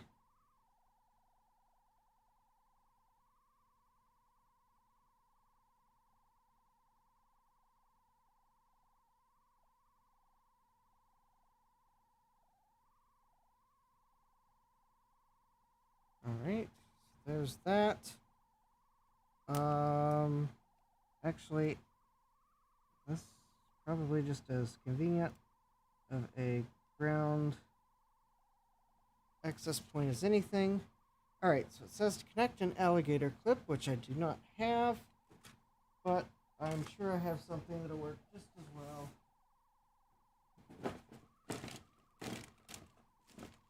And be twice as fiddly.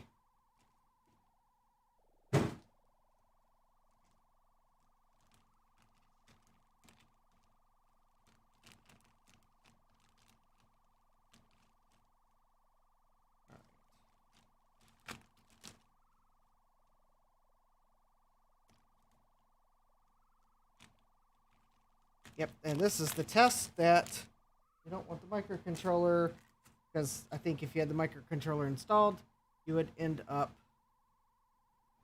south side of R146. Well, let's see, that's going to be here.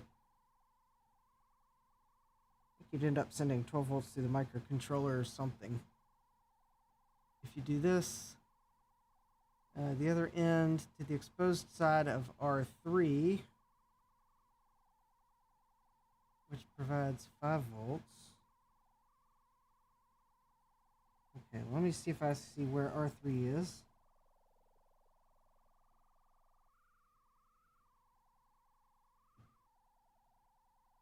Oh, there it is.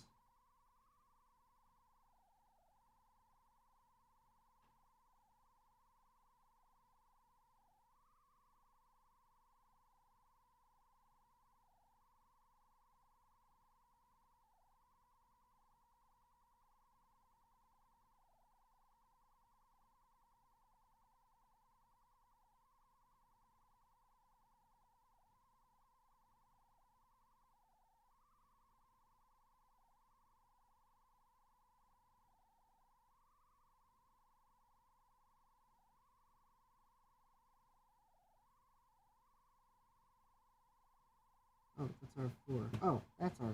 Okay. Here, R3.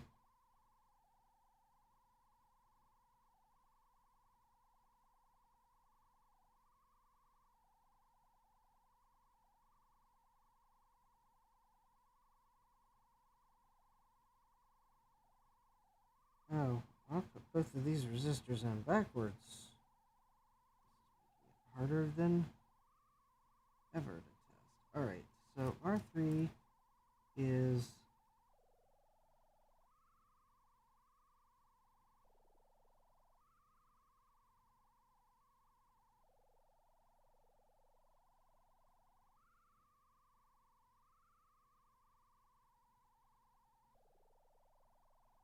Okay, so those are the diode. So then...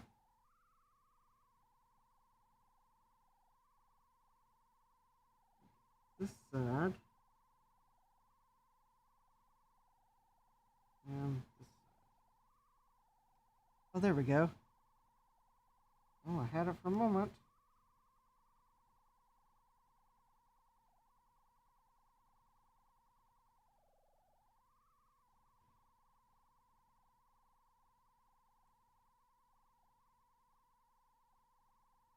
Oh, there we go.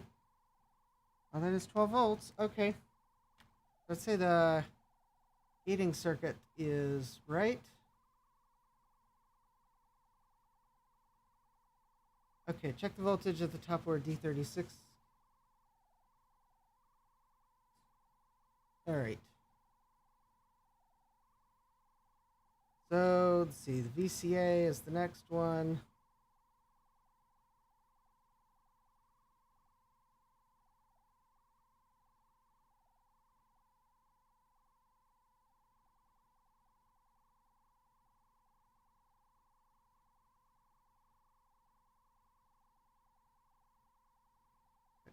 Power to the I/O board and provide 2 volts to R90. Oh, I don't have that. Connect a pair of headphones using a completely backwards method. Okay. Headphone amp was best tested at the end.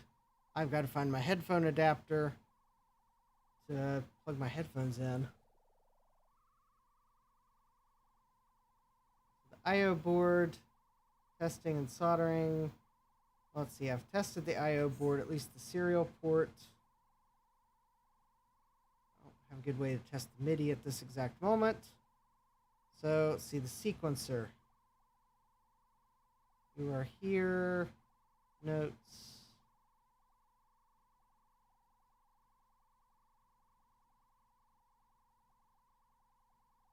All right. Sequencer. Testing.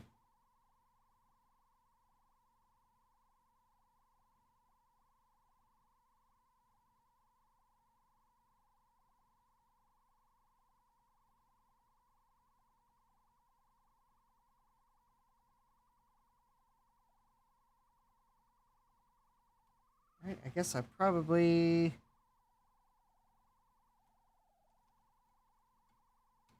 All right. Need to plug these jumpers back in.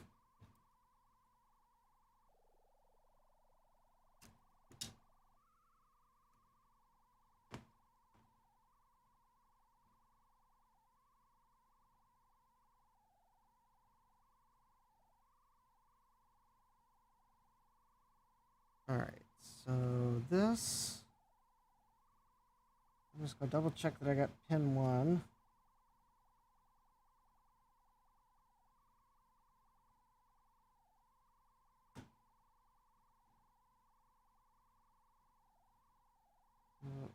Blue would be that. And should be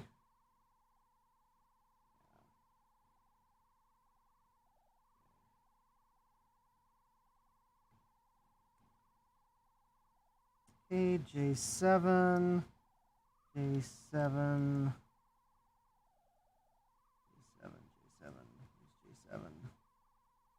J6, J5, J7. Oh, that's right. So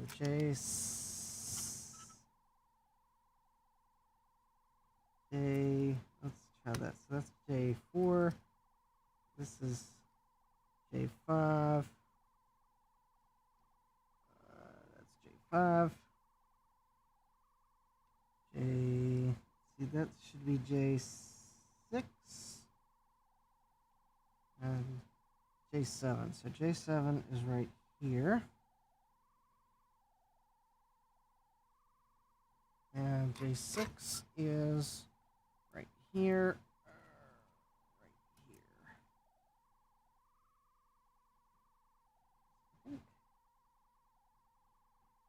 J4 is really the only one that if you get it backwards, you're in really big trouble.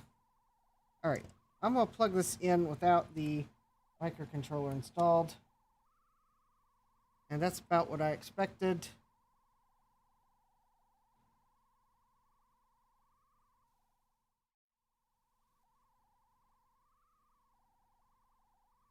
Nothing City.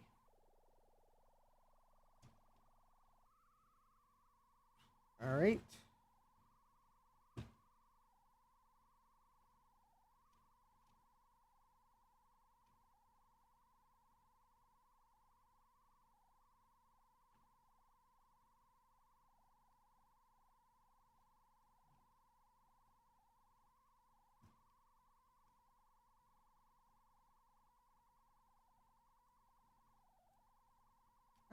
I see was...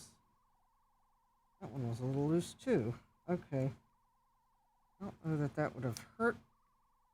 It didn't feel loose enough that it should have mattered, but who knows? Maybe. Alright. And that is the notch. Alright.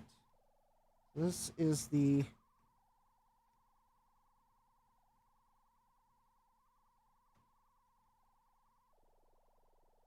This is the microcontroller I programmed a little while ago.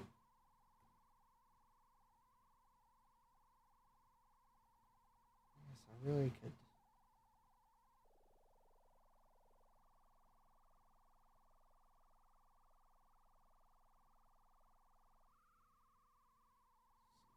Goes in any better.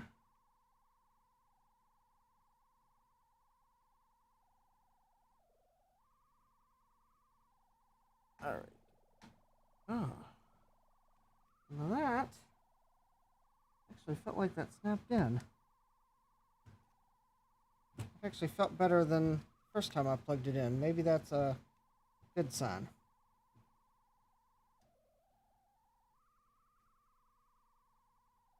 Oh, so we have an LED. I'm not sure which mode I'm in. I had to guess I was in keyboard mode.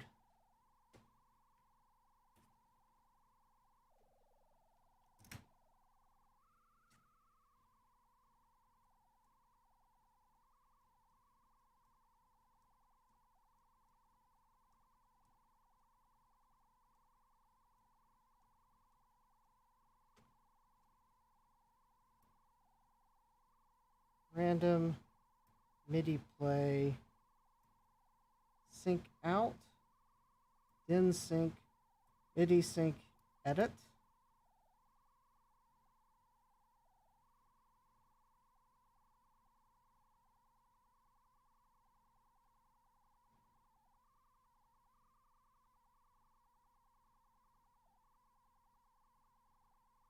Well, that certainly seems to indicate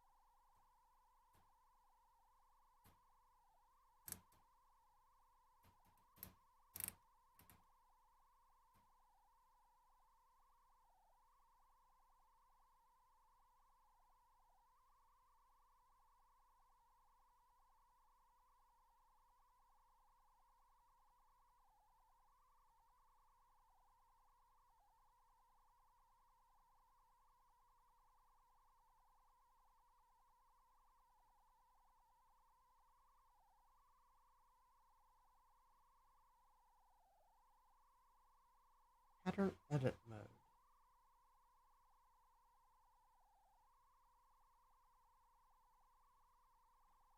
Bank select button. Oh, you know, it might help. Let me grab the metal faceplate that I think is Adafruit's panel. I'm wondering if the problem is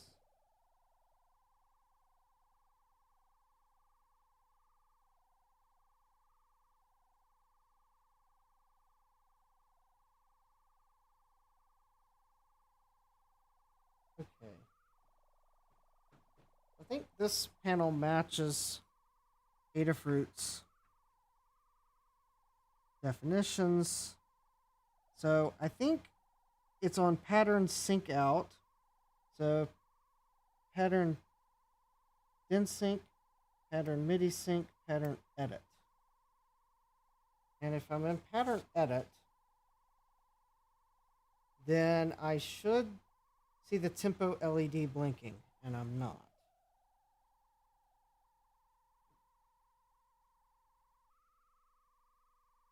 And if I use the bank select switches, I've got nothing.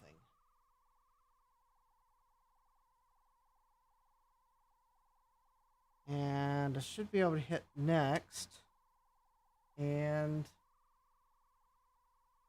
see that its LED lights up, and I've got nothing.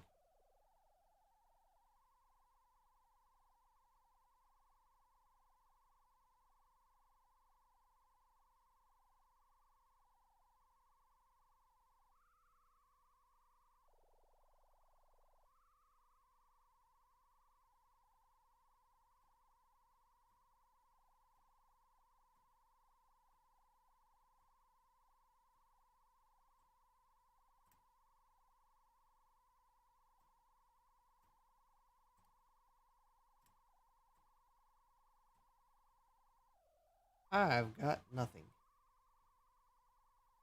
And I don't even know if there's any audio on the stream. That is...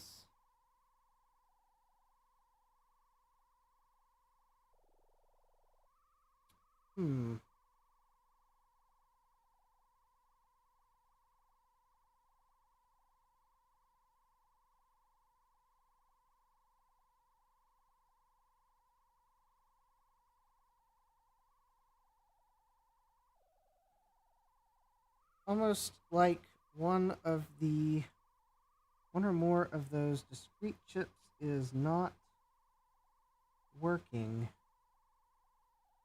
Well, I guess I need to very carefully turn this upside down. All right, so the microcontroller is, I mean, it's like slightly warm, but really nothing that I would be remotely concerned about. These other logic chips feel cool.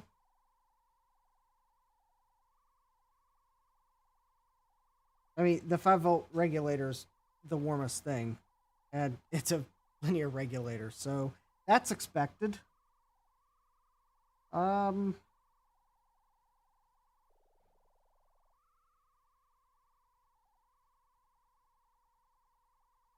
Well, it would seem that maybe one of the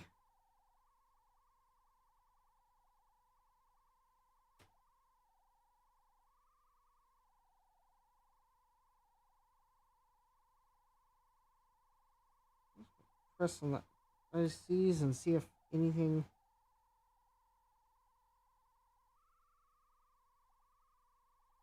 I suspect I've got a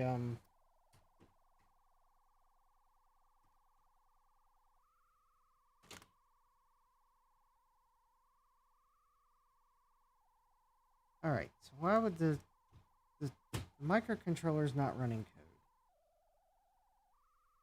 So, all right, if the resonator was not resonating, then that would probably cause a problem.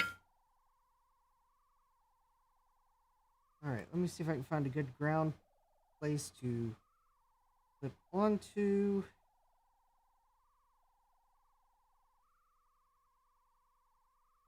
Oh, I think I want the other probe, which is, oh, somewhere where it doesn't belong. All right.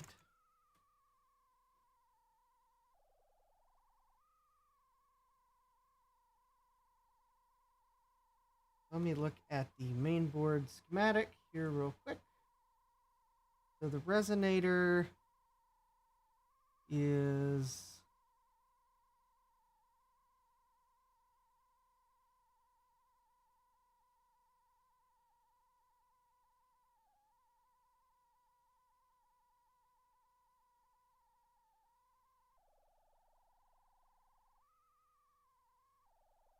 let's see if the resonator is resonating.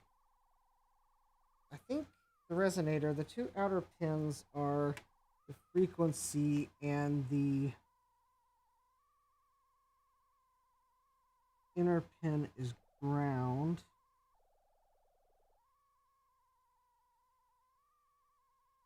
And let me see if I can find a ground point to one, two.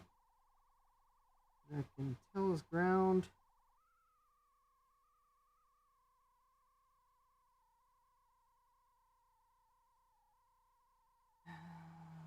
easily get to.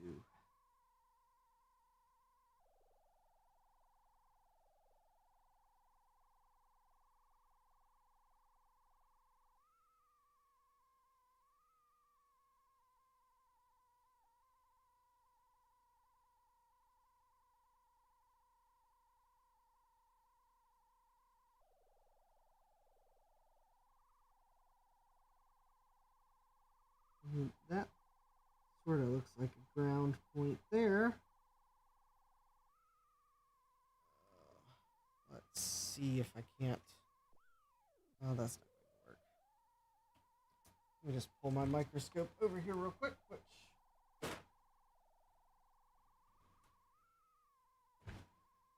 think is. Oh, all right.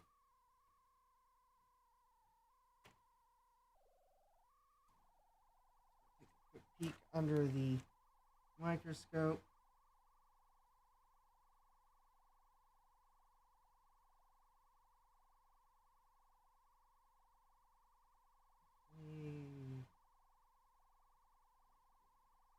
There.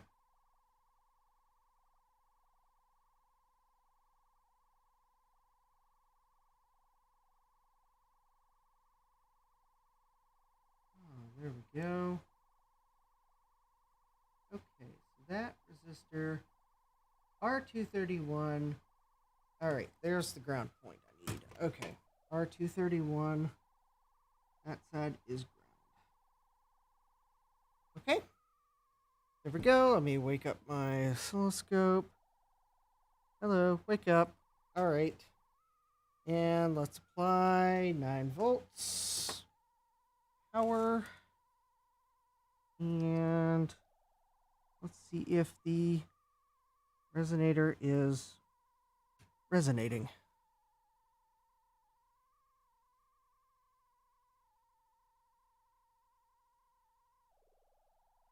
Well, let's see here.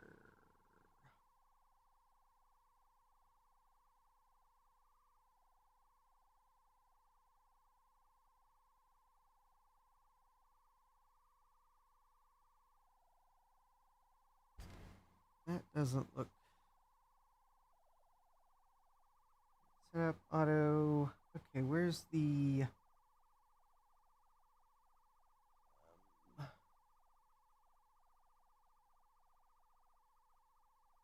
Nope, that's not what I want. Display. That's not what I want. Measure. Type. Clear. Measure off gate.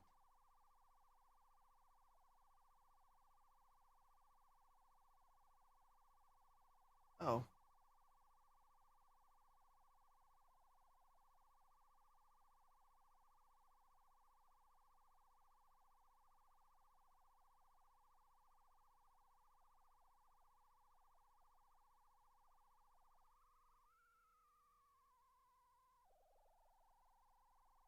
That doesn't.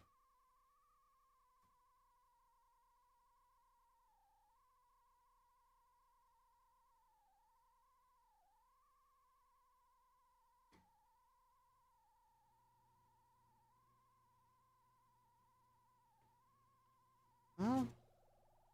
Okay, so the vertical, horizontal, 2 milliseconds.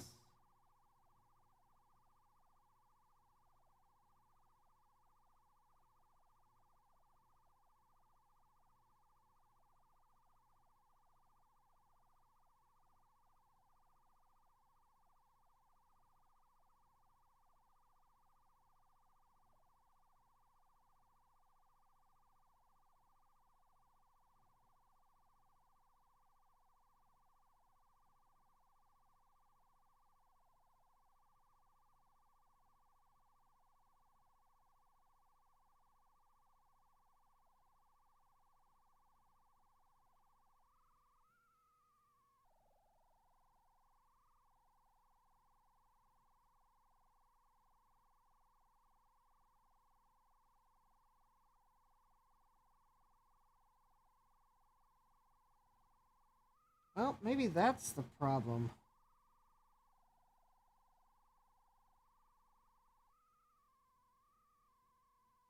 I'm reading my oscilloscope correctly. And at the moment, I only presume I am.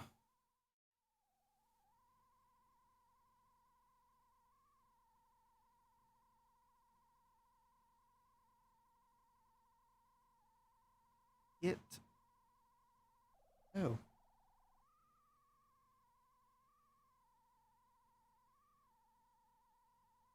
Oh, my camera view stopped working. That's nice. Alright, let's see here. Meter cam, properties, deactivate, activate.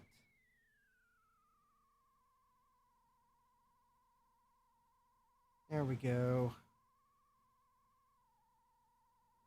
Decided to stop cooperating momentarily. Alright, I know that's hard to read, but it's telling me the frequency is 60 hertz.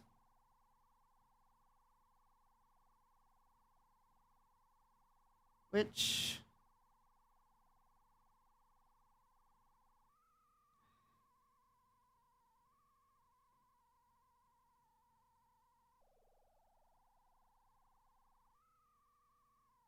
doesn't seem right. Well, that might...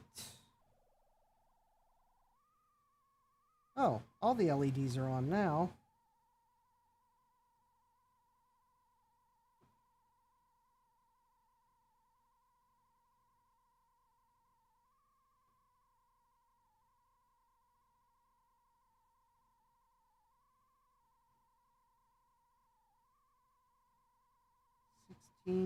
Megahertz.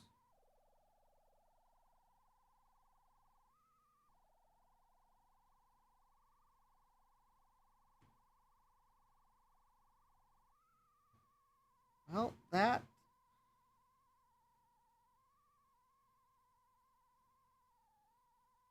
Alright, it is a 16 megahertz resonator.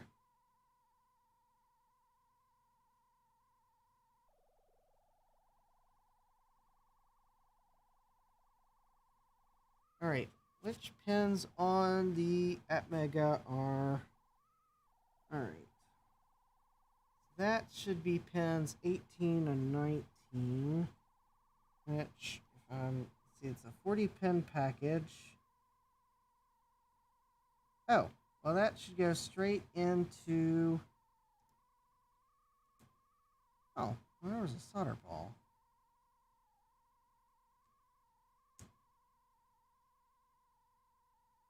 Well, I don't think the solder ball should have been affecting anything, but it didn't look like it was in the right place too, but let me...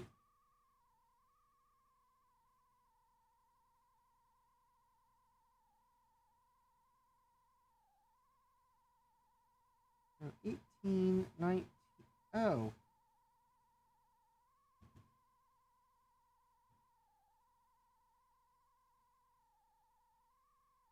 And 19 are Xtol 1 and Xtol 2, and 20 is oh, okay, all right. Well, there was problem number one. I had the wrong pin.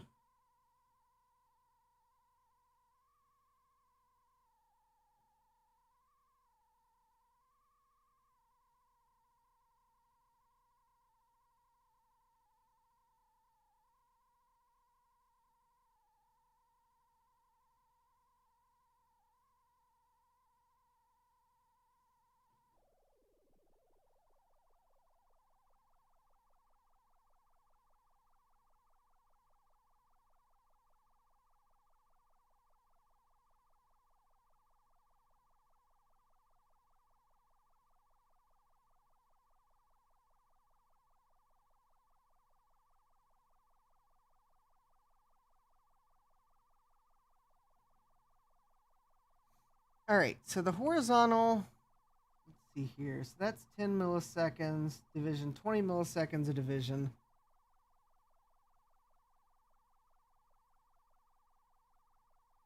But yeah, that's definitely not 16 megahertz.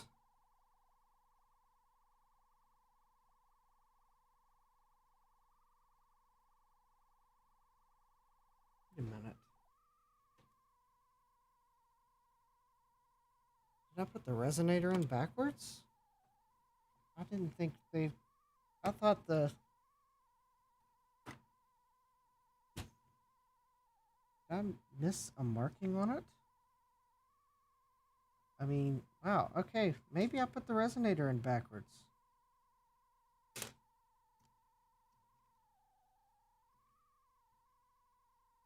Well, that would probably...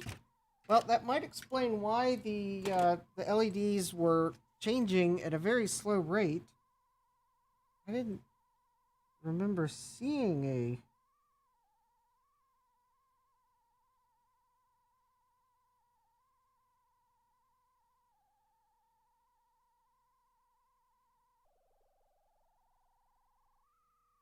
That is really weird. Because looking at the circuit board, it looks like the pinout of the resonator is X-Style1, X-Style2, ground. But I thought resonators, the ground was the middle pin. Alright, let me do a little garbage reconnaissance, because that will probably be faster. Since the resonator should have been one of the last components that I installed. So, theoretically, its bag should be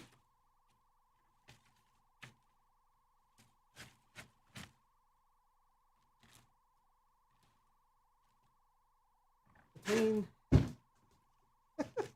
Alright. This is quicker than me trying to log into my Mouser account.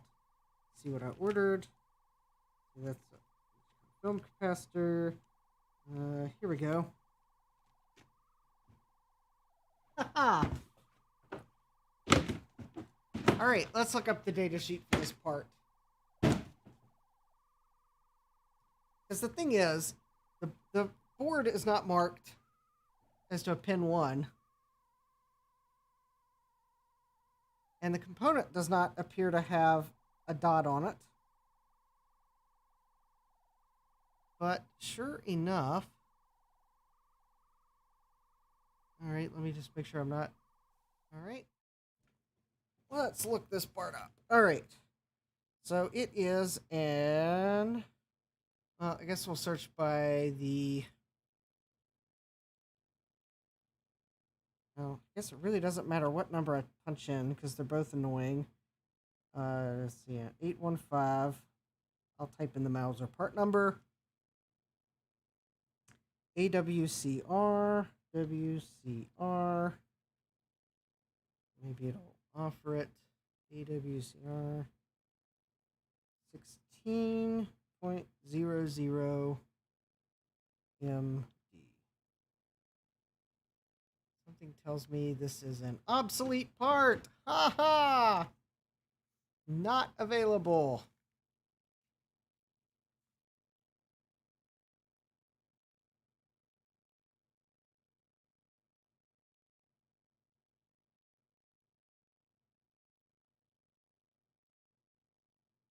And there's supposed to be a little dot.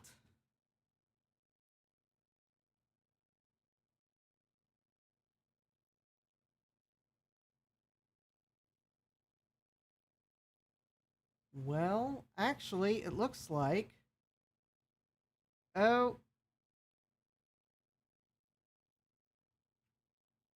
Do not clean or wash the component. Well, I guess I won't be putting this board through a all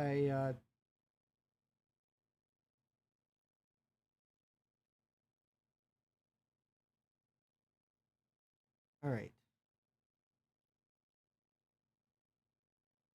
I won't be putting the... I was tempted to wash the bottom half of this board, because I can't all these pots and encoders or whatnot can't go through an ultrasonic cleaner, but I thought, oh, well, I'll clean the bottom of the board so it looks good. Apparently the resonator can't go through either. All right, so it looks like I may very well have put the resonator on backwards because it's not marked that great. In fact, it's not marked at all. Let me see, did I miss an instruction? No, it said nothing. It said nothing.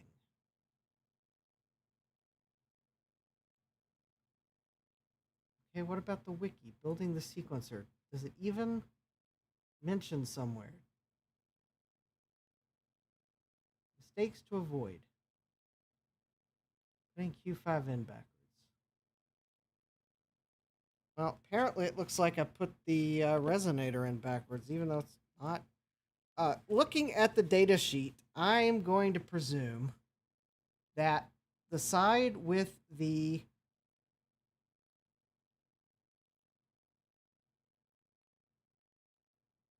no, that's input, ground, output.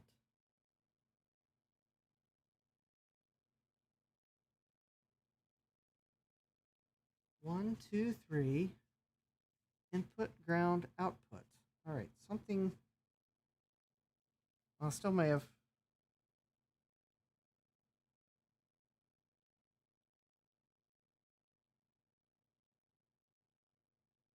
Oh, okay. Let me look at the.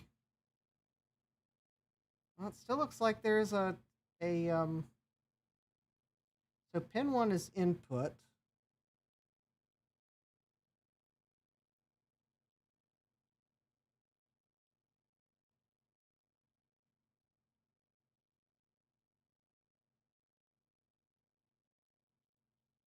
I don't know. It looks like I did put it on backwards. It's the only thing I can think of that would be why it's not timing or it's defective. You know, that is. Of course, there's a resonator. I don't know.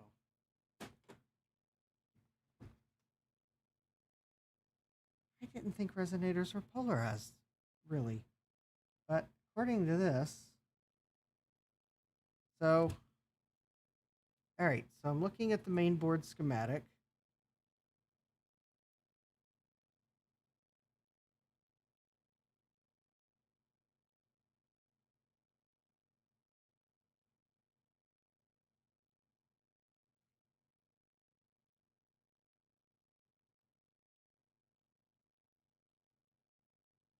So, okay, looking at the pin, so the middle pin is ground. Okay, that's going to a ground pin on the microcontroller, I'm pretty sure.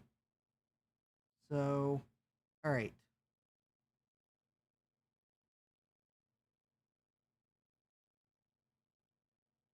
So, input should be going to pin 18. And I think I've got input.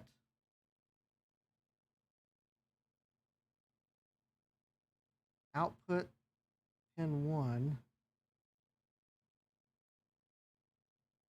19.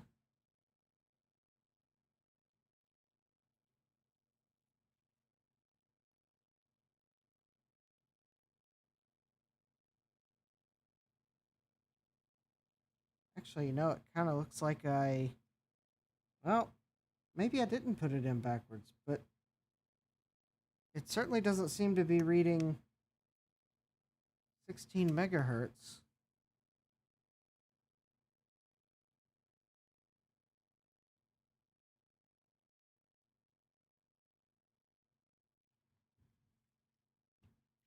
All right. Well,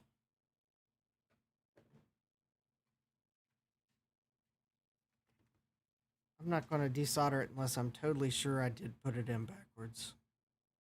And I'm not.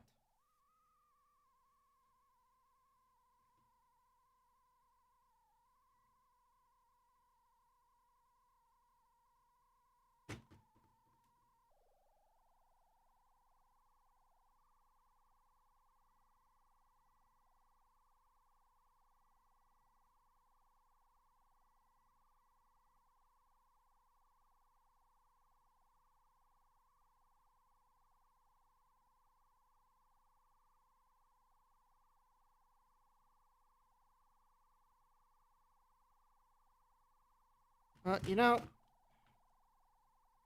there's possibly another explanation. Right.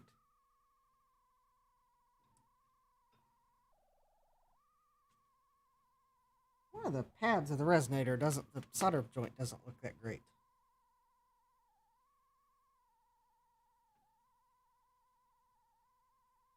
I guess I'll touch it up.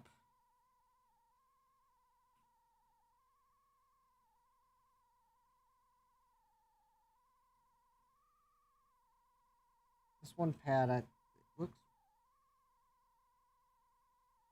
wimpy. I mean, it looks like I soldered it. It has the...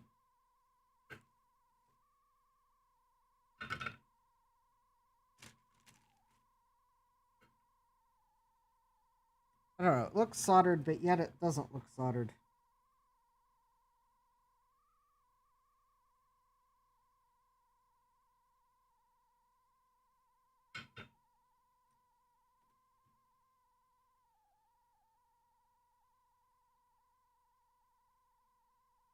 Well, that looks better.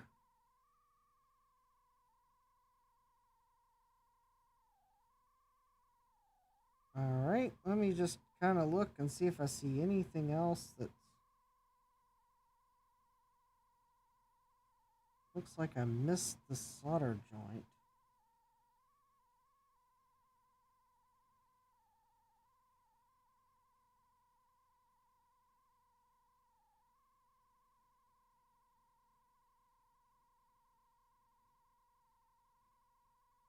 Alright, well... Okay. Let's try this again. Alright, so the only connectors I'm going to connect this time, I'm going to connect this one. Although, I don't know that this... Alright. Probably going to have to solder on a new 5-volt regulator. I keep bumping it and moving it.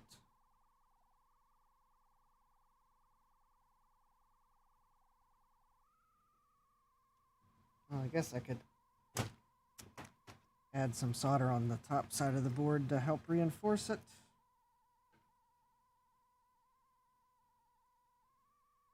Maybe I can get in here. No, I'm not going to be able to get in there and do that. Okay, I just need to stop bumping it. Pure and simple. Okay, so the only things I'm going to plug in are the power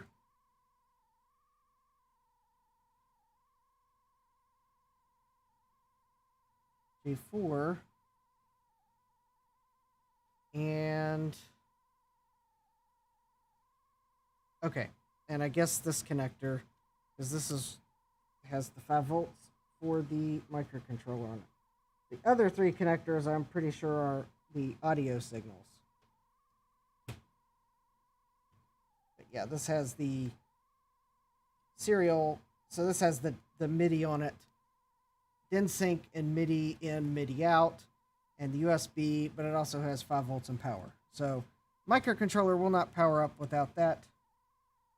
Oh, that 5-volt regulator just feels really... Yeah, I'm about to resolder it.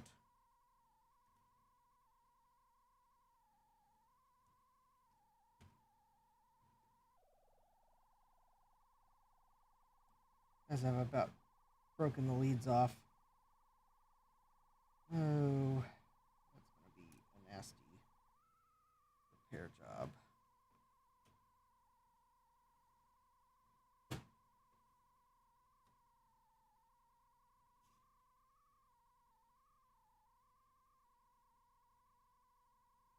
Oh yeah, I can see the...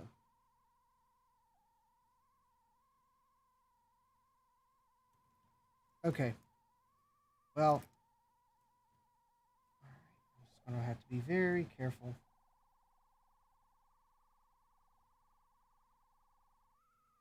Okay. Well, if it stops powering up, it's because I've broken one of the legs of the linear regulator. Okay.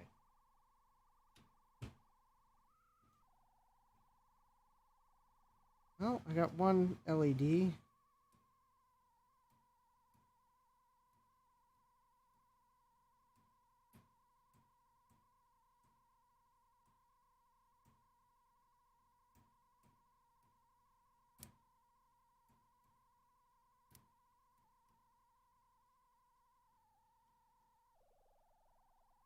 Well, I guess one thing I could do is check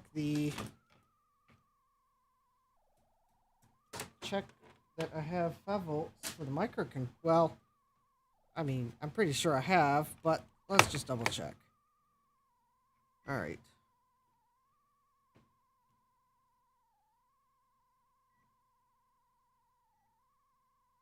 DC. All right, so 5 volts is going to be on pin 3 and 4. Oh, actually, so pin 3 and 4. So I'll pick 4. And 7 and 8 should be ground. 1, 2, 3, 4, 5, 6, 7.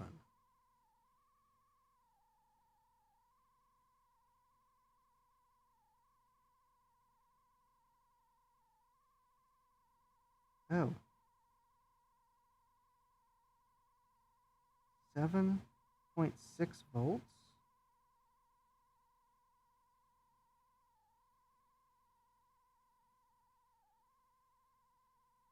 That doesn't seem right.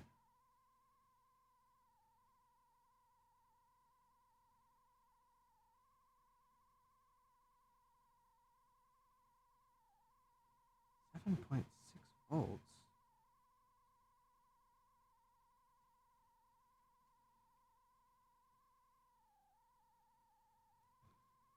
Okay, well, if that voltage measurement is correct, A, I have no idea. B, I've already blown something up.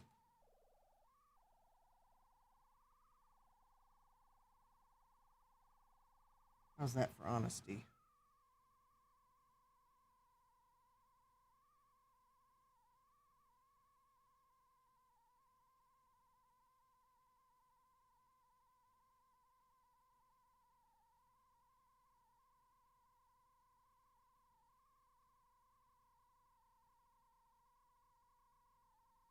Yeah, that's 7 volts.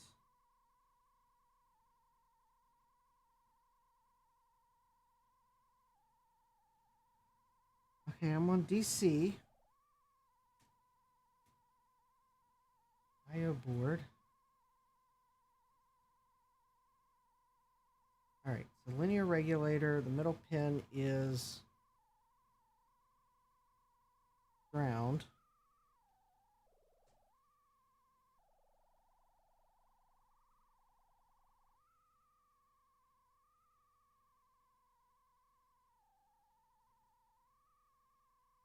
Actually,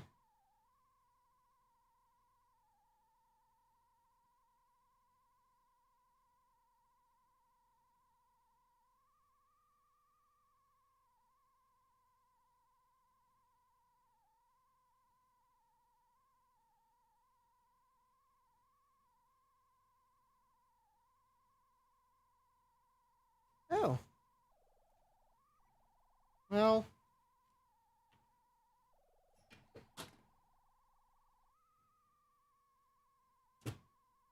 okay.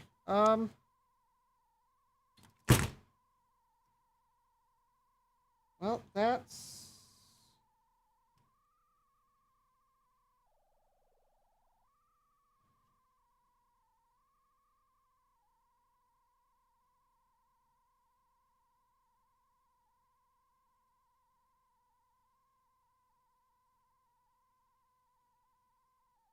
Well, that's disappointing. Looks like the linear regulator is... Or, well, it was outputting 5 volts at one point.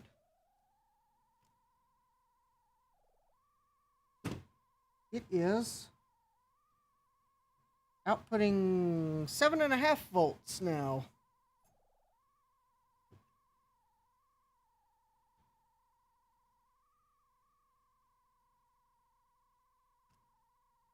And the legs were almost broken, so... Which is... Alright, well the good news is I have spare linear regulators. I'll have to...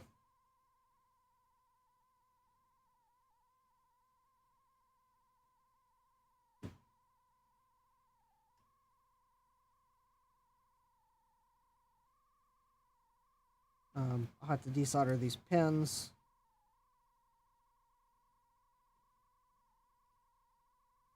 Let me pull this I/O bracket off.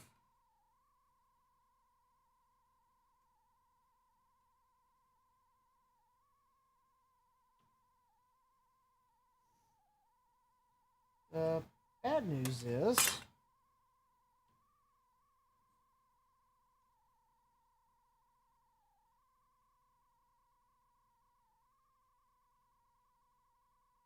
I don't know what else I might have blown out. I mean, I didn't smoke anything. Maybe my multimeter's playing tricks on me. But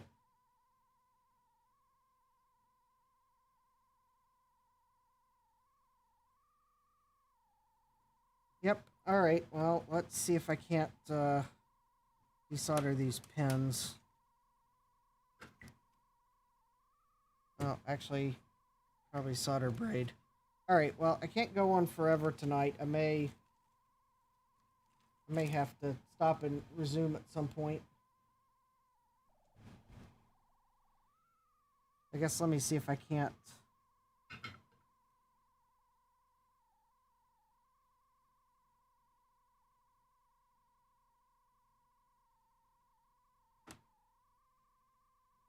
Well, I know one thing. I'm going to go back and watch an old stream and confirm that I had tested the power supply as outputting the correct voltage. I'm pretty sure I did. Or that the linear regulator output 5 volts.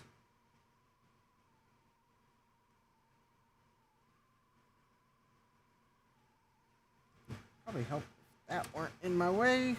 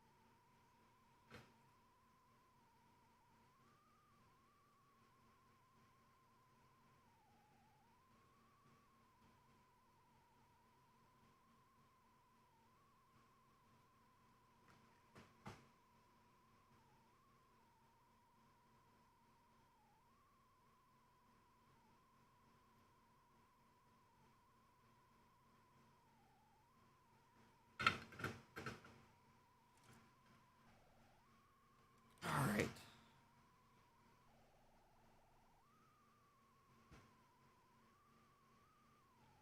All right, let's see if...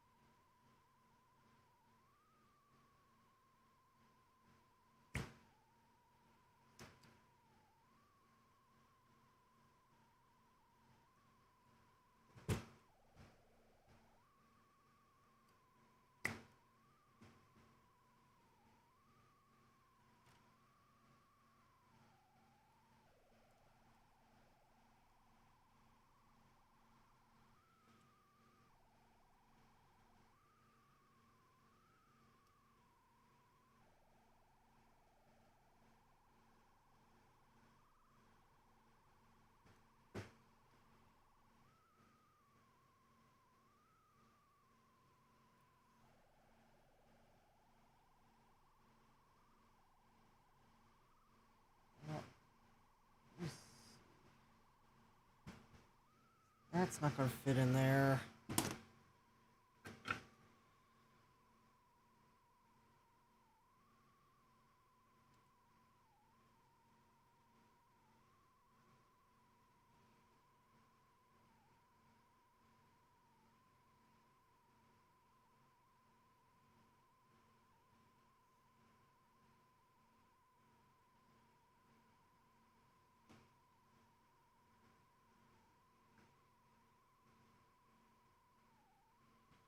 You know,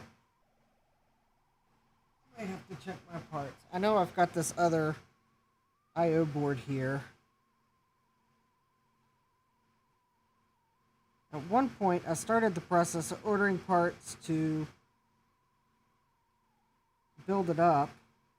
I don't know where I stopped. It might actually be easier to... There's this big ugly mod that... I'm pretty sure I tested this and it was generating 5 volts after I did that mod.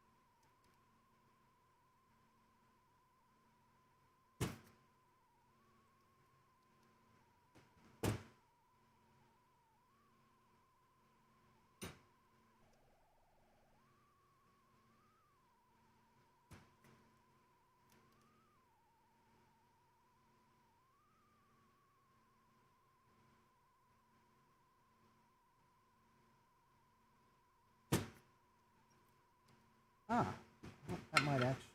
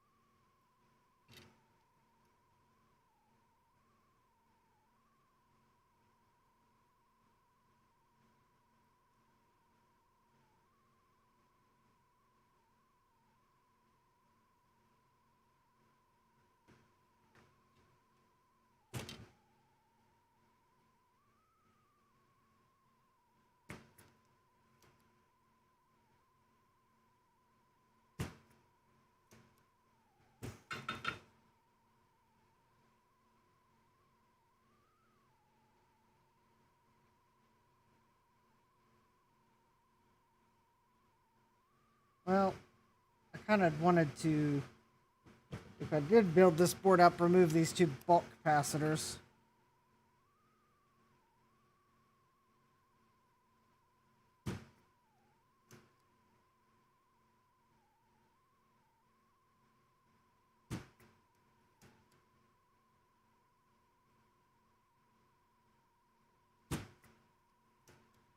I thought the voltage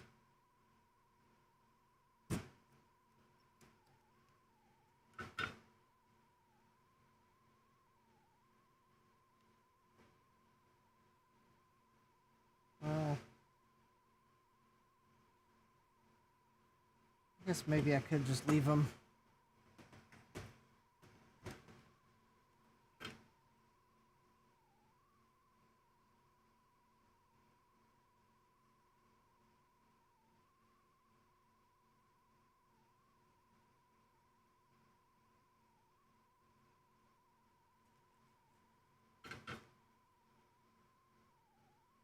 Sometimes I don't know when to leave well enough alone. Alright, well, I guess I can at least double check that this I/O board still outputs 5 volts. And go from there. Looks like I might be assembling, I might just assemble this board. Order parts, assemble it. Might be easier than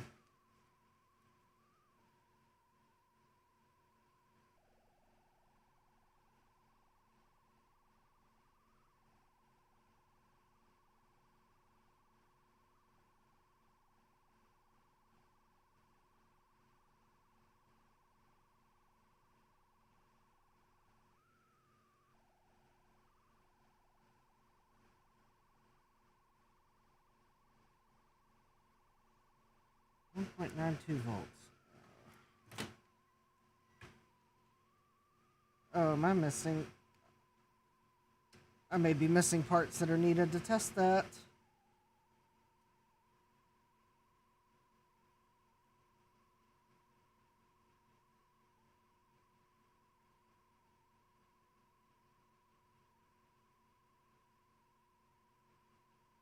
Hold on.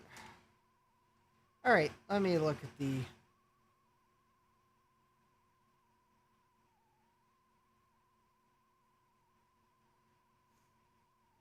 Alright, so to test this, barrel jack,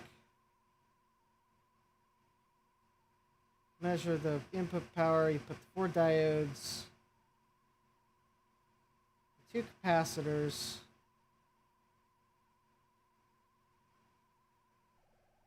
and then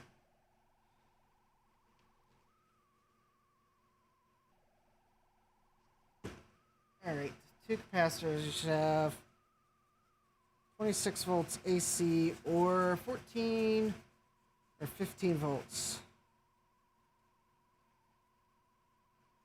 Which is why I really want to replace those capacitors, but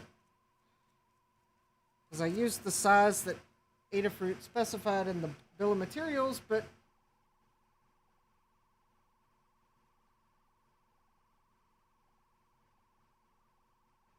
or they didn't. Oh. Alright. Did they specify the size?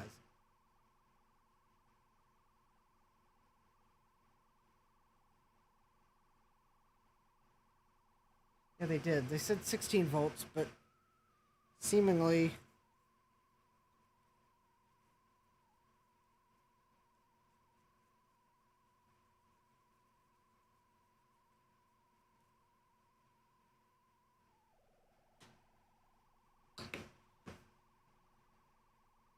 although maybe those capacitors are in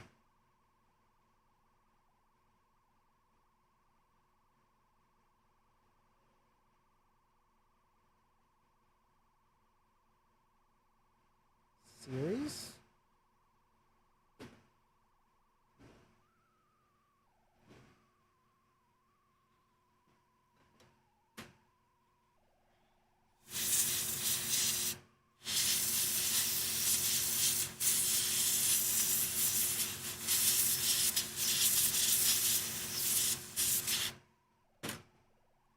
All right.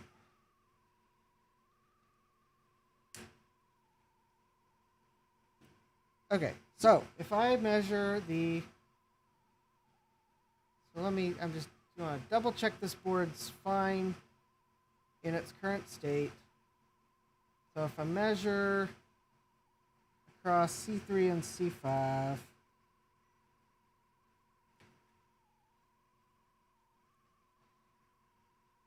and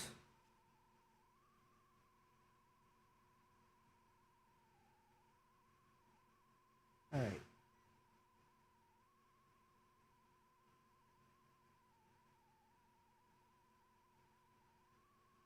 Well, let me flip my board so it matches their picture. Oh, and let's try that. So, oh, that point and that point.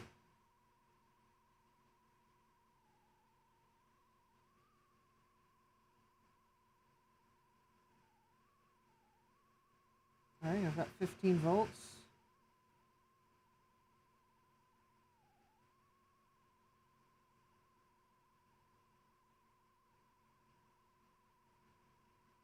Volts.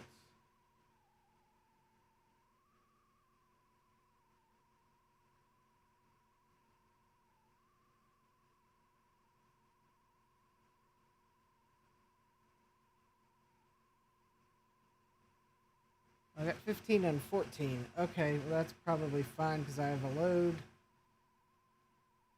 There's the linear regulator and a few caps. And should go from here to here and 5 volts. 5 volts. All right.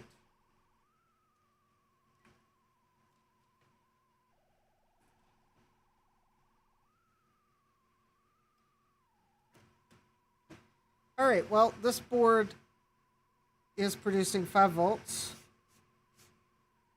So I need to go look at my spare parts and see what I have.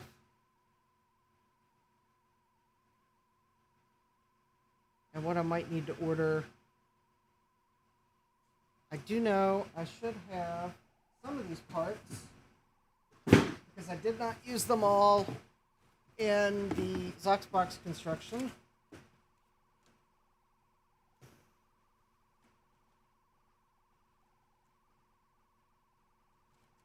I have a few spare of some of these parts, although others I ordered way too exactly for not realizing at the time when I ordered them that I might not be able to order parts when I finally got around to building it.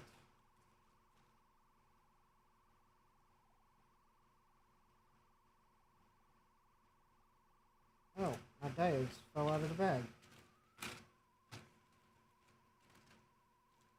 Maybe I'm out of those diodes now. Oh. Alright.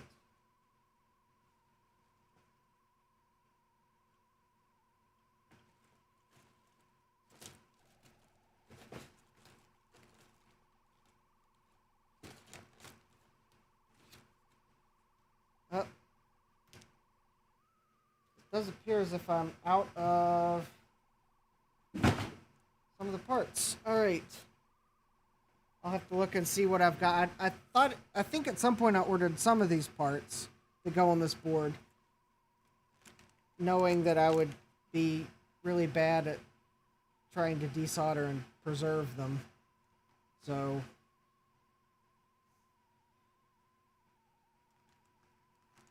I do have an extra 6-volt regulator.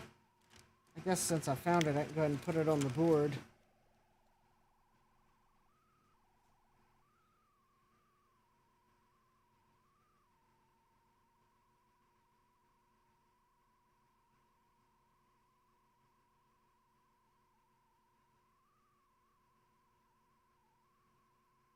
Yep, I guess I'll try to order parts to complete this board. At least to the parts I don't have spares of.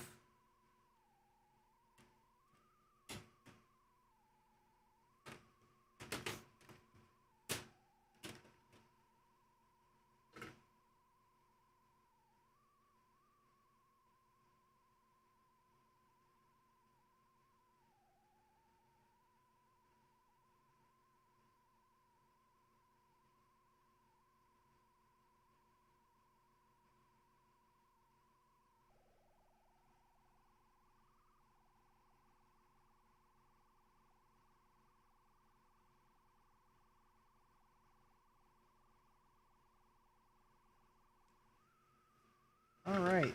Well, at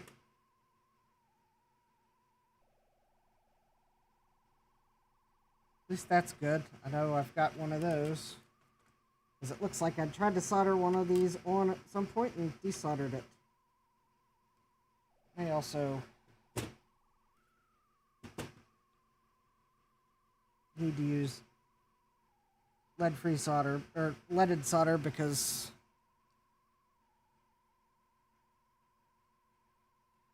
this board may not like the higher temperatures for lead-free.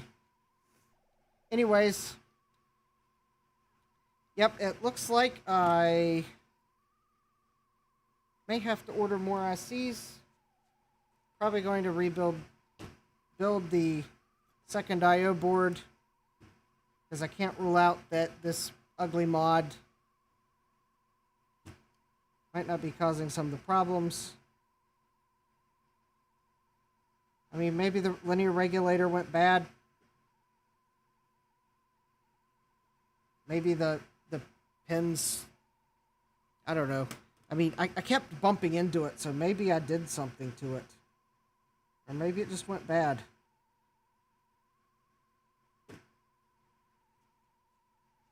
So, I guess stay tuned. The Zoxbox isn't as finished as I thought it would be. Looks like I've got a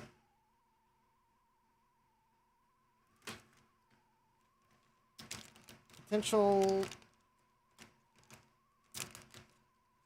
really baked board. Although the thing is, I powered it up and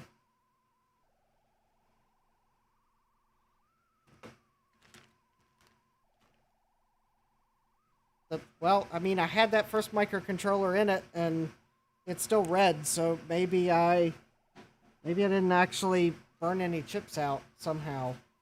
Although I sure thought that 7.5 volts would be above the absolute maximum voltage.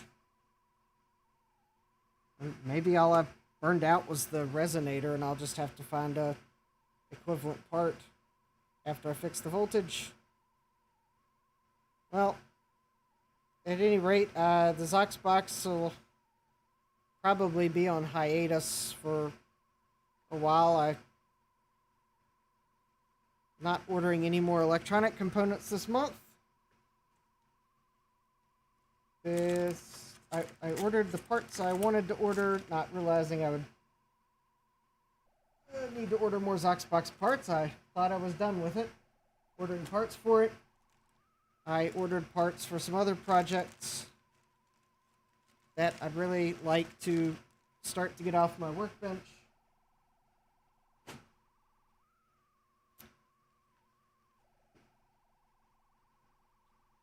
So, but I did promise in my video description that beige would not be part of this stream, so I'm going to hold my promise.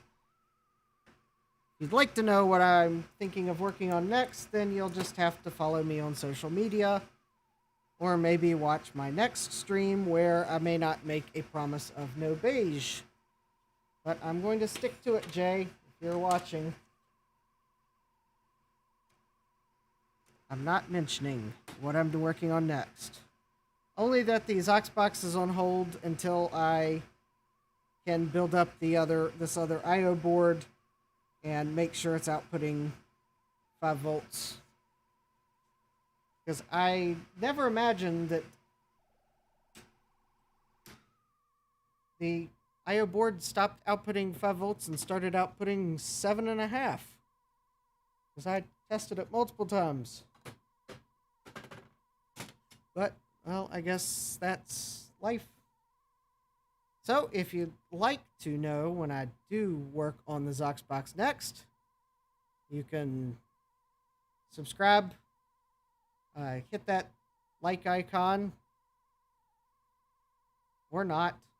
I could understand if you don't like it when I inadvertently blow up several ICs that hopefully I will be able to order. I don't know. This project may be on hiatus for a while. I can't order the parts, although a lot of those chips were actually just standard logic chips, so I should be able to order something, because they were like 74HC and probably relatively common. So I hopefully will be able to replace most of them easily. Worst comes to worst, I'll just have to make some pin-out adapters and order the surface mount part and make a surface mount IC adapter board. So hopefully that's the worst that I'll have to do and not have to wait a year for parts. If I gotta wait a year for parts, I'm just probably going to sell the XOXbox. Haha.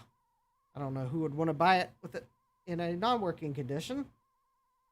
Then again, maybe someone better at desoldering that needs parts for theirs. No, I will finish it. I want to finish it. I owe you that much for all of my small number of viewers that watch these XOXbox videos. I owe it to you to finish it. So I will at some point. I just don't know when. I'm going to have to order some parts. Some of them are on the table over there, and if I realize I've got more parts than I think I do, I may stream later tonight of putting this IO board together. But I already know I don't think I've got DIN connectors. I don't think I've got headphone connectors. And I in case I can salvage this board or realize that the problem was something else, I don't want to pull all the connectors off of it and risk damaging further. If I can build this board up enough to power the XOXbox, that may be good enough for now. So with that, I'm going to call this stream to an end, because I promised a neighbor I'd go pick something up in about 20 minutes. So thank you for watching, and stay tuned for more videos. I hope to see you next time. So, see you later.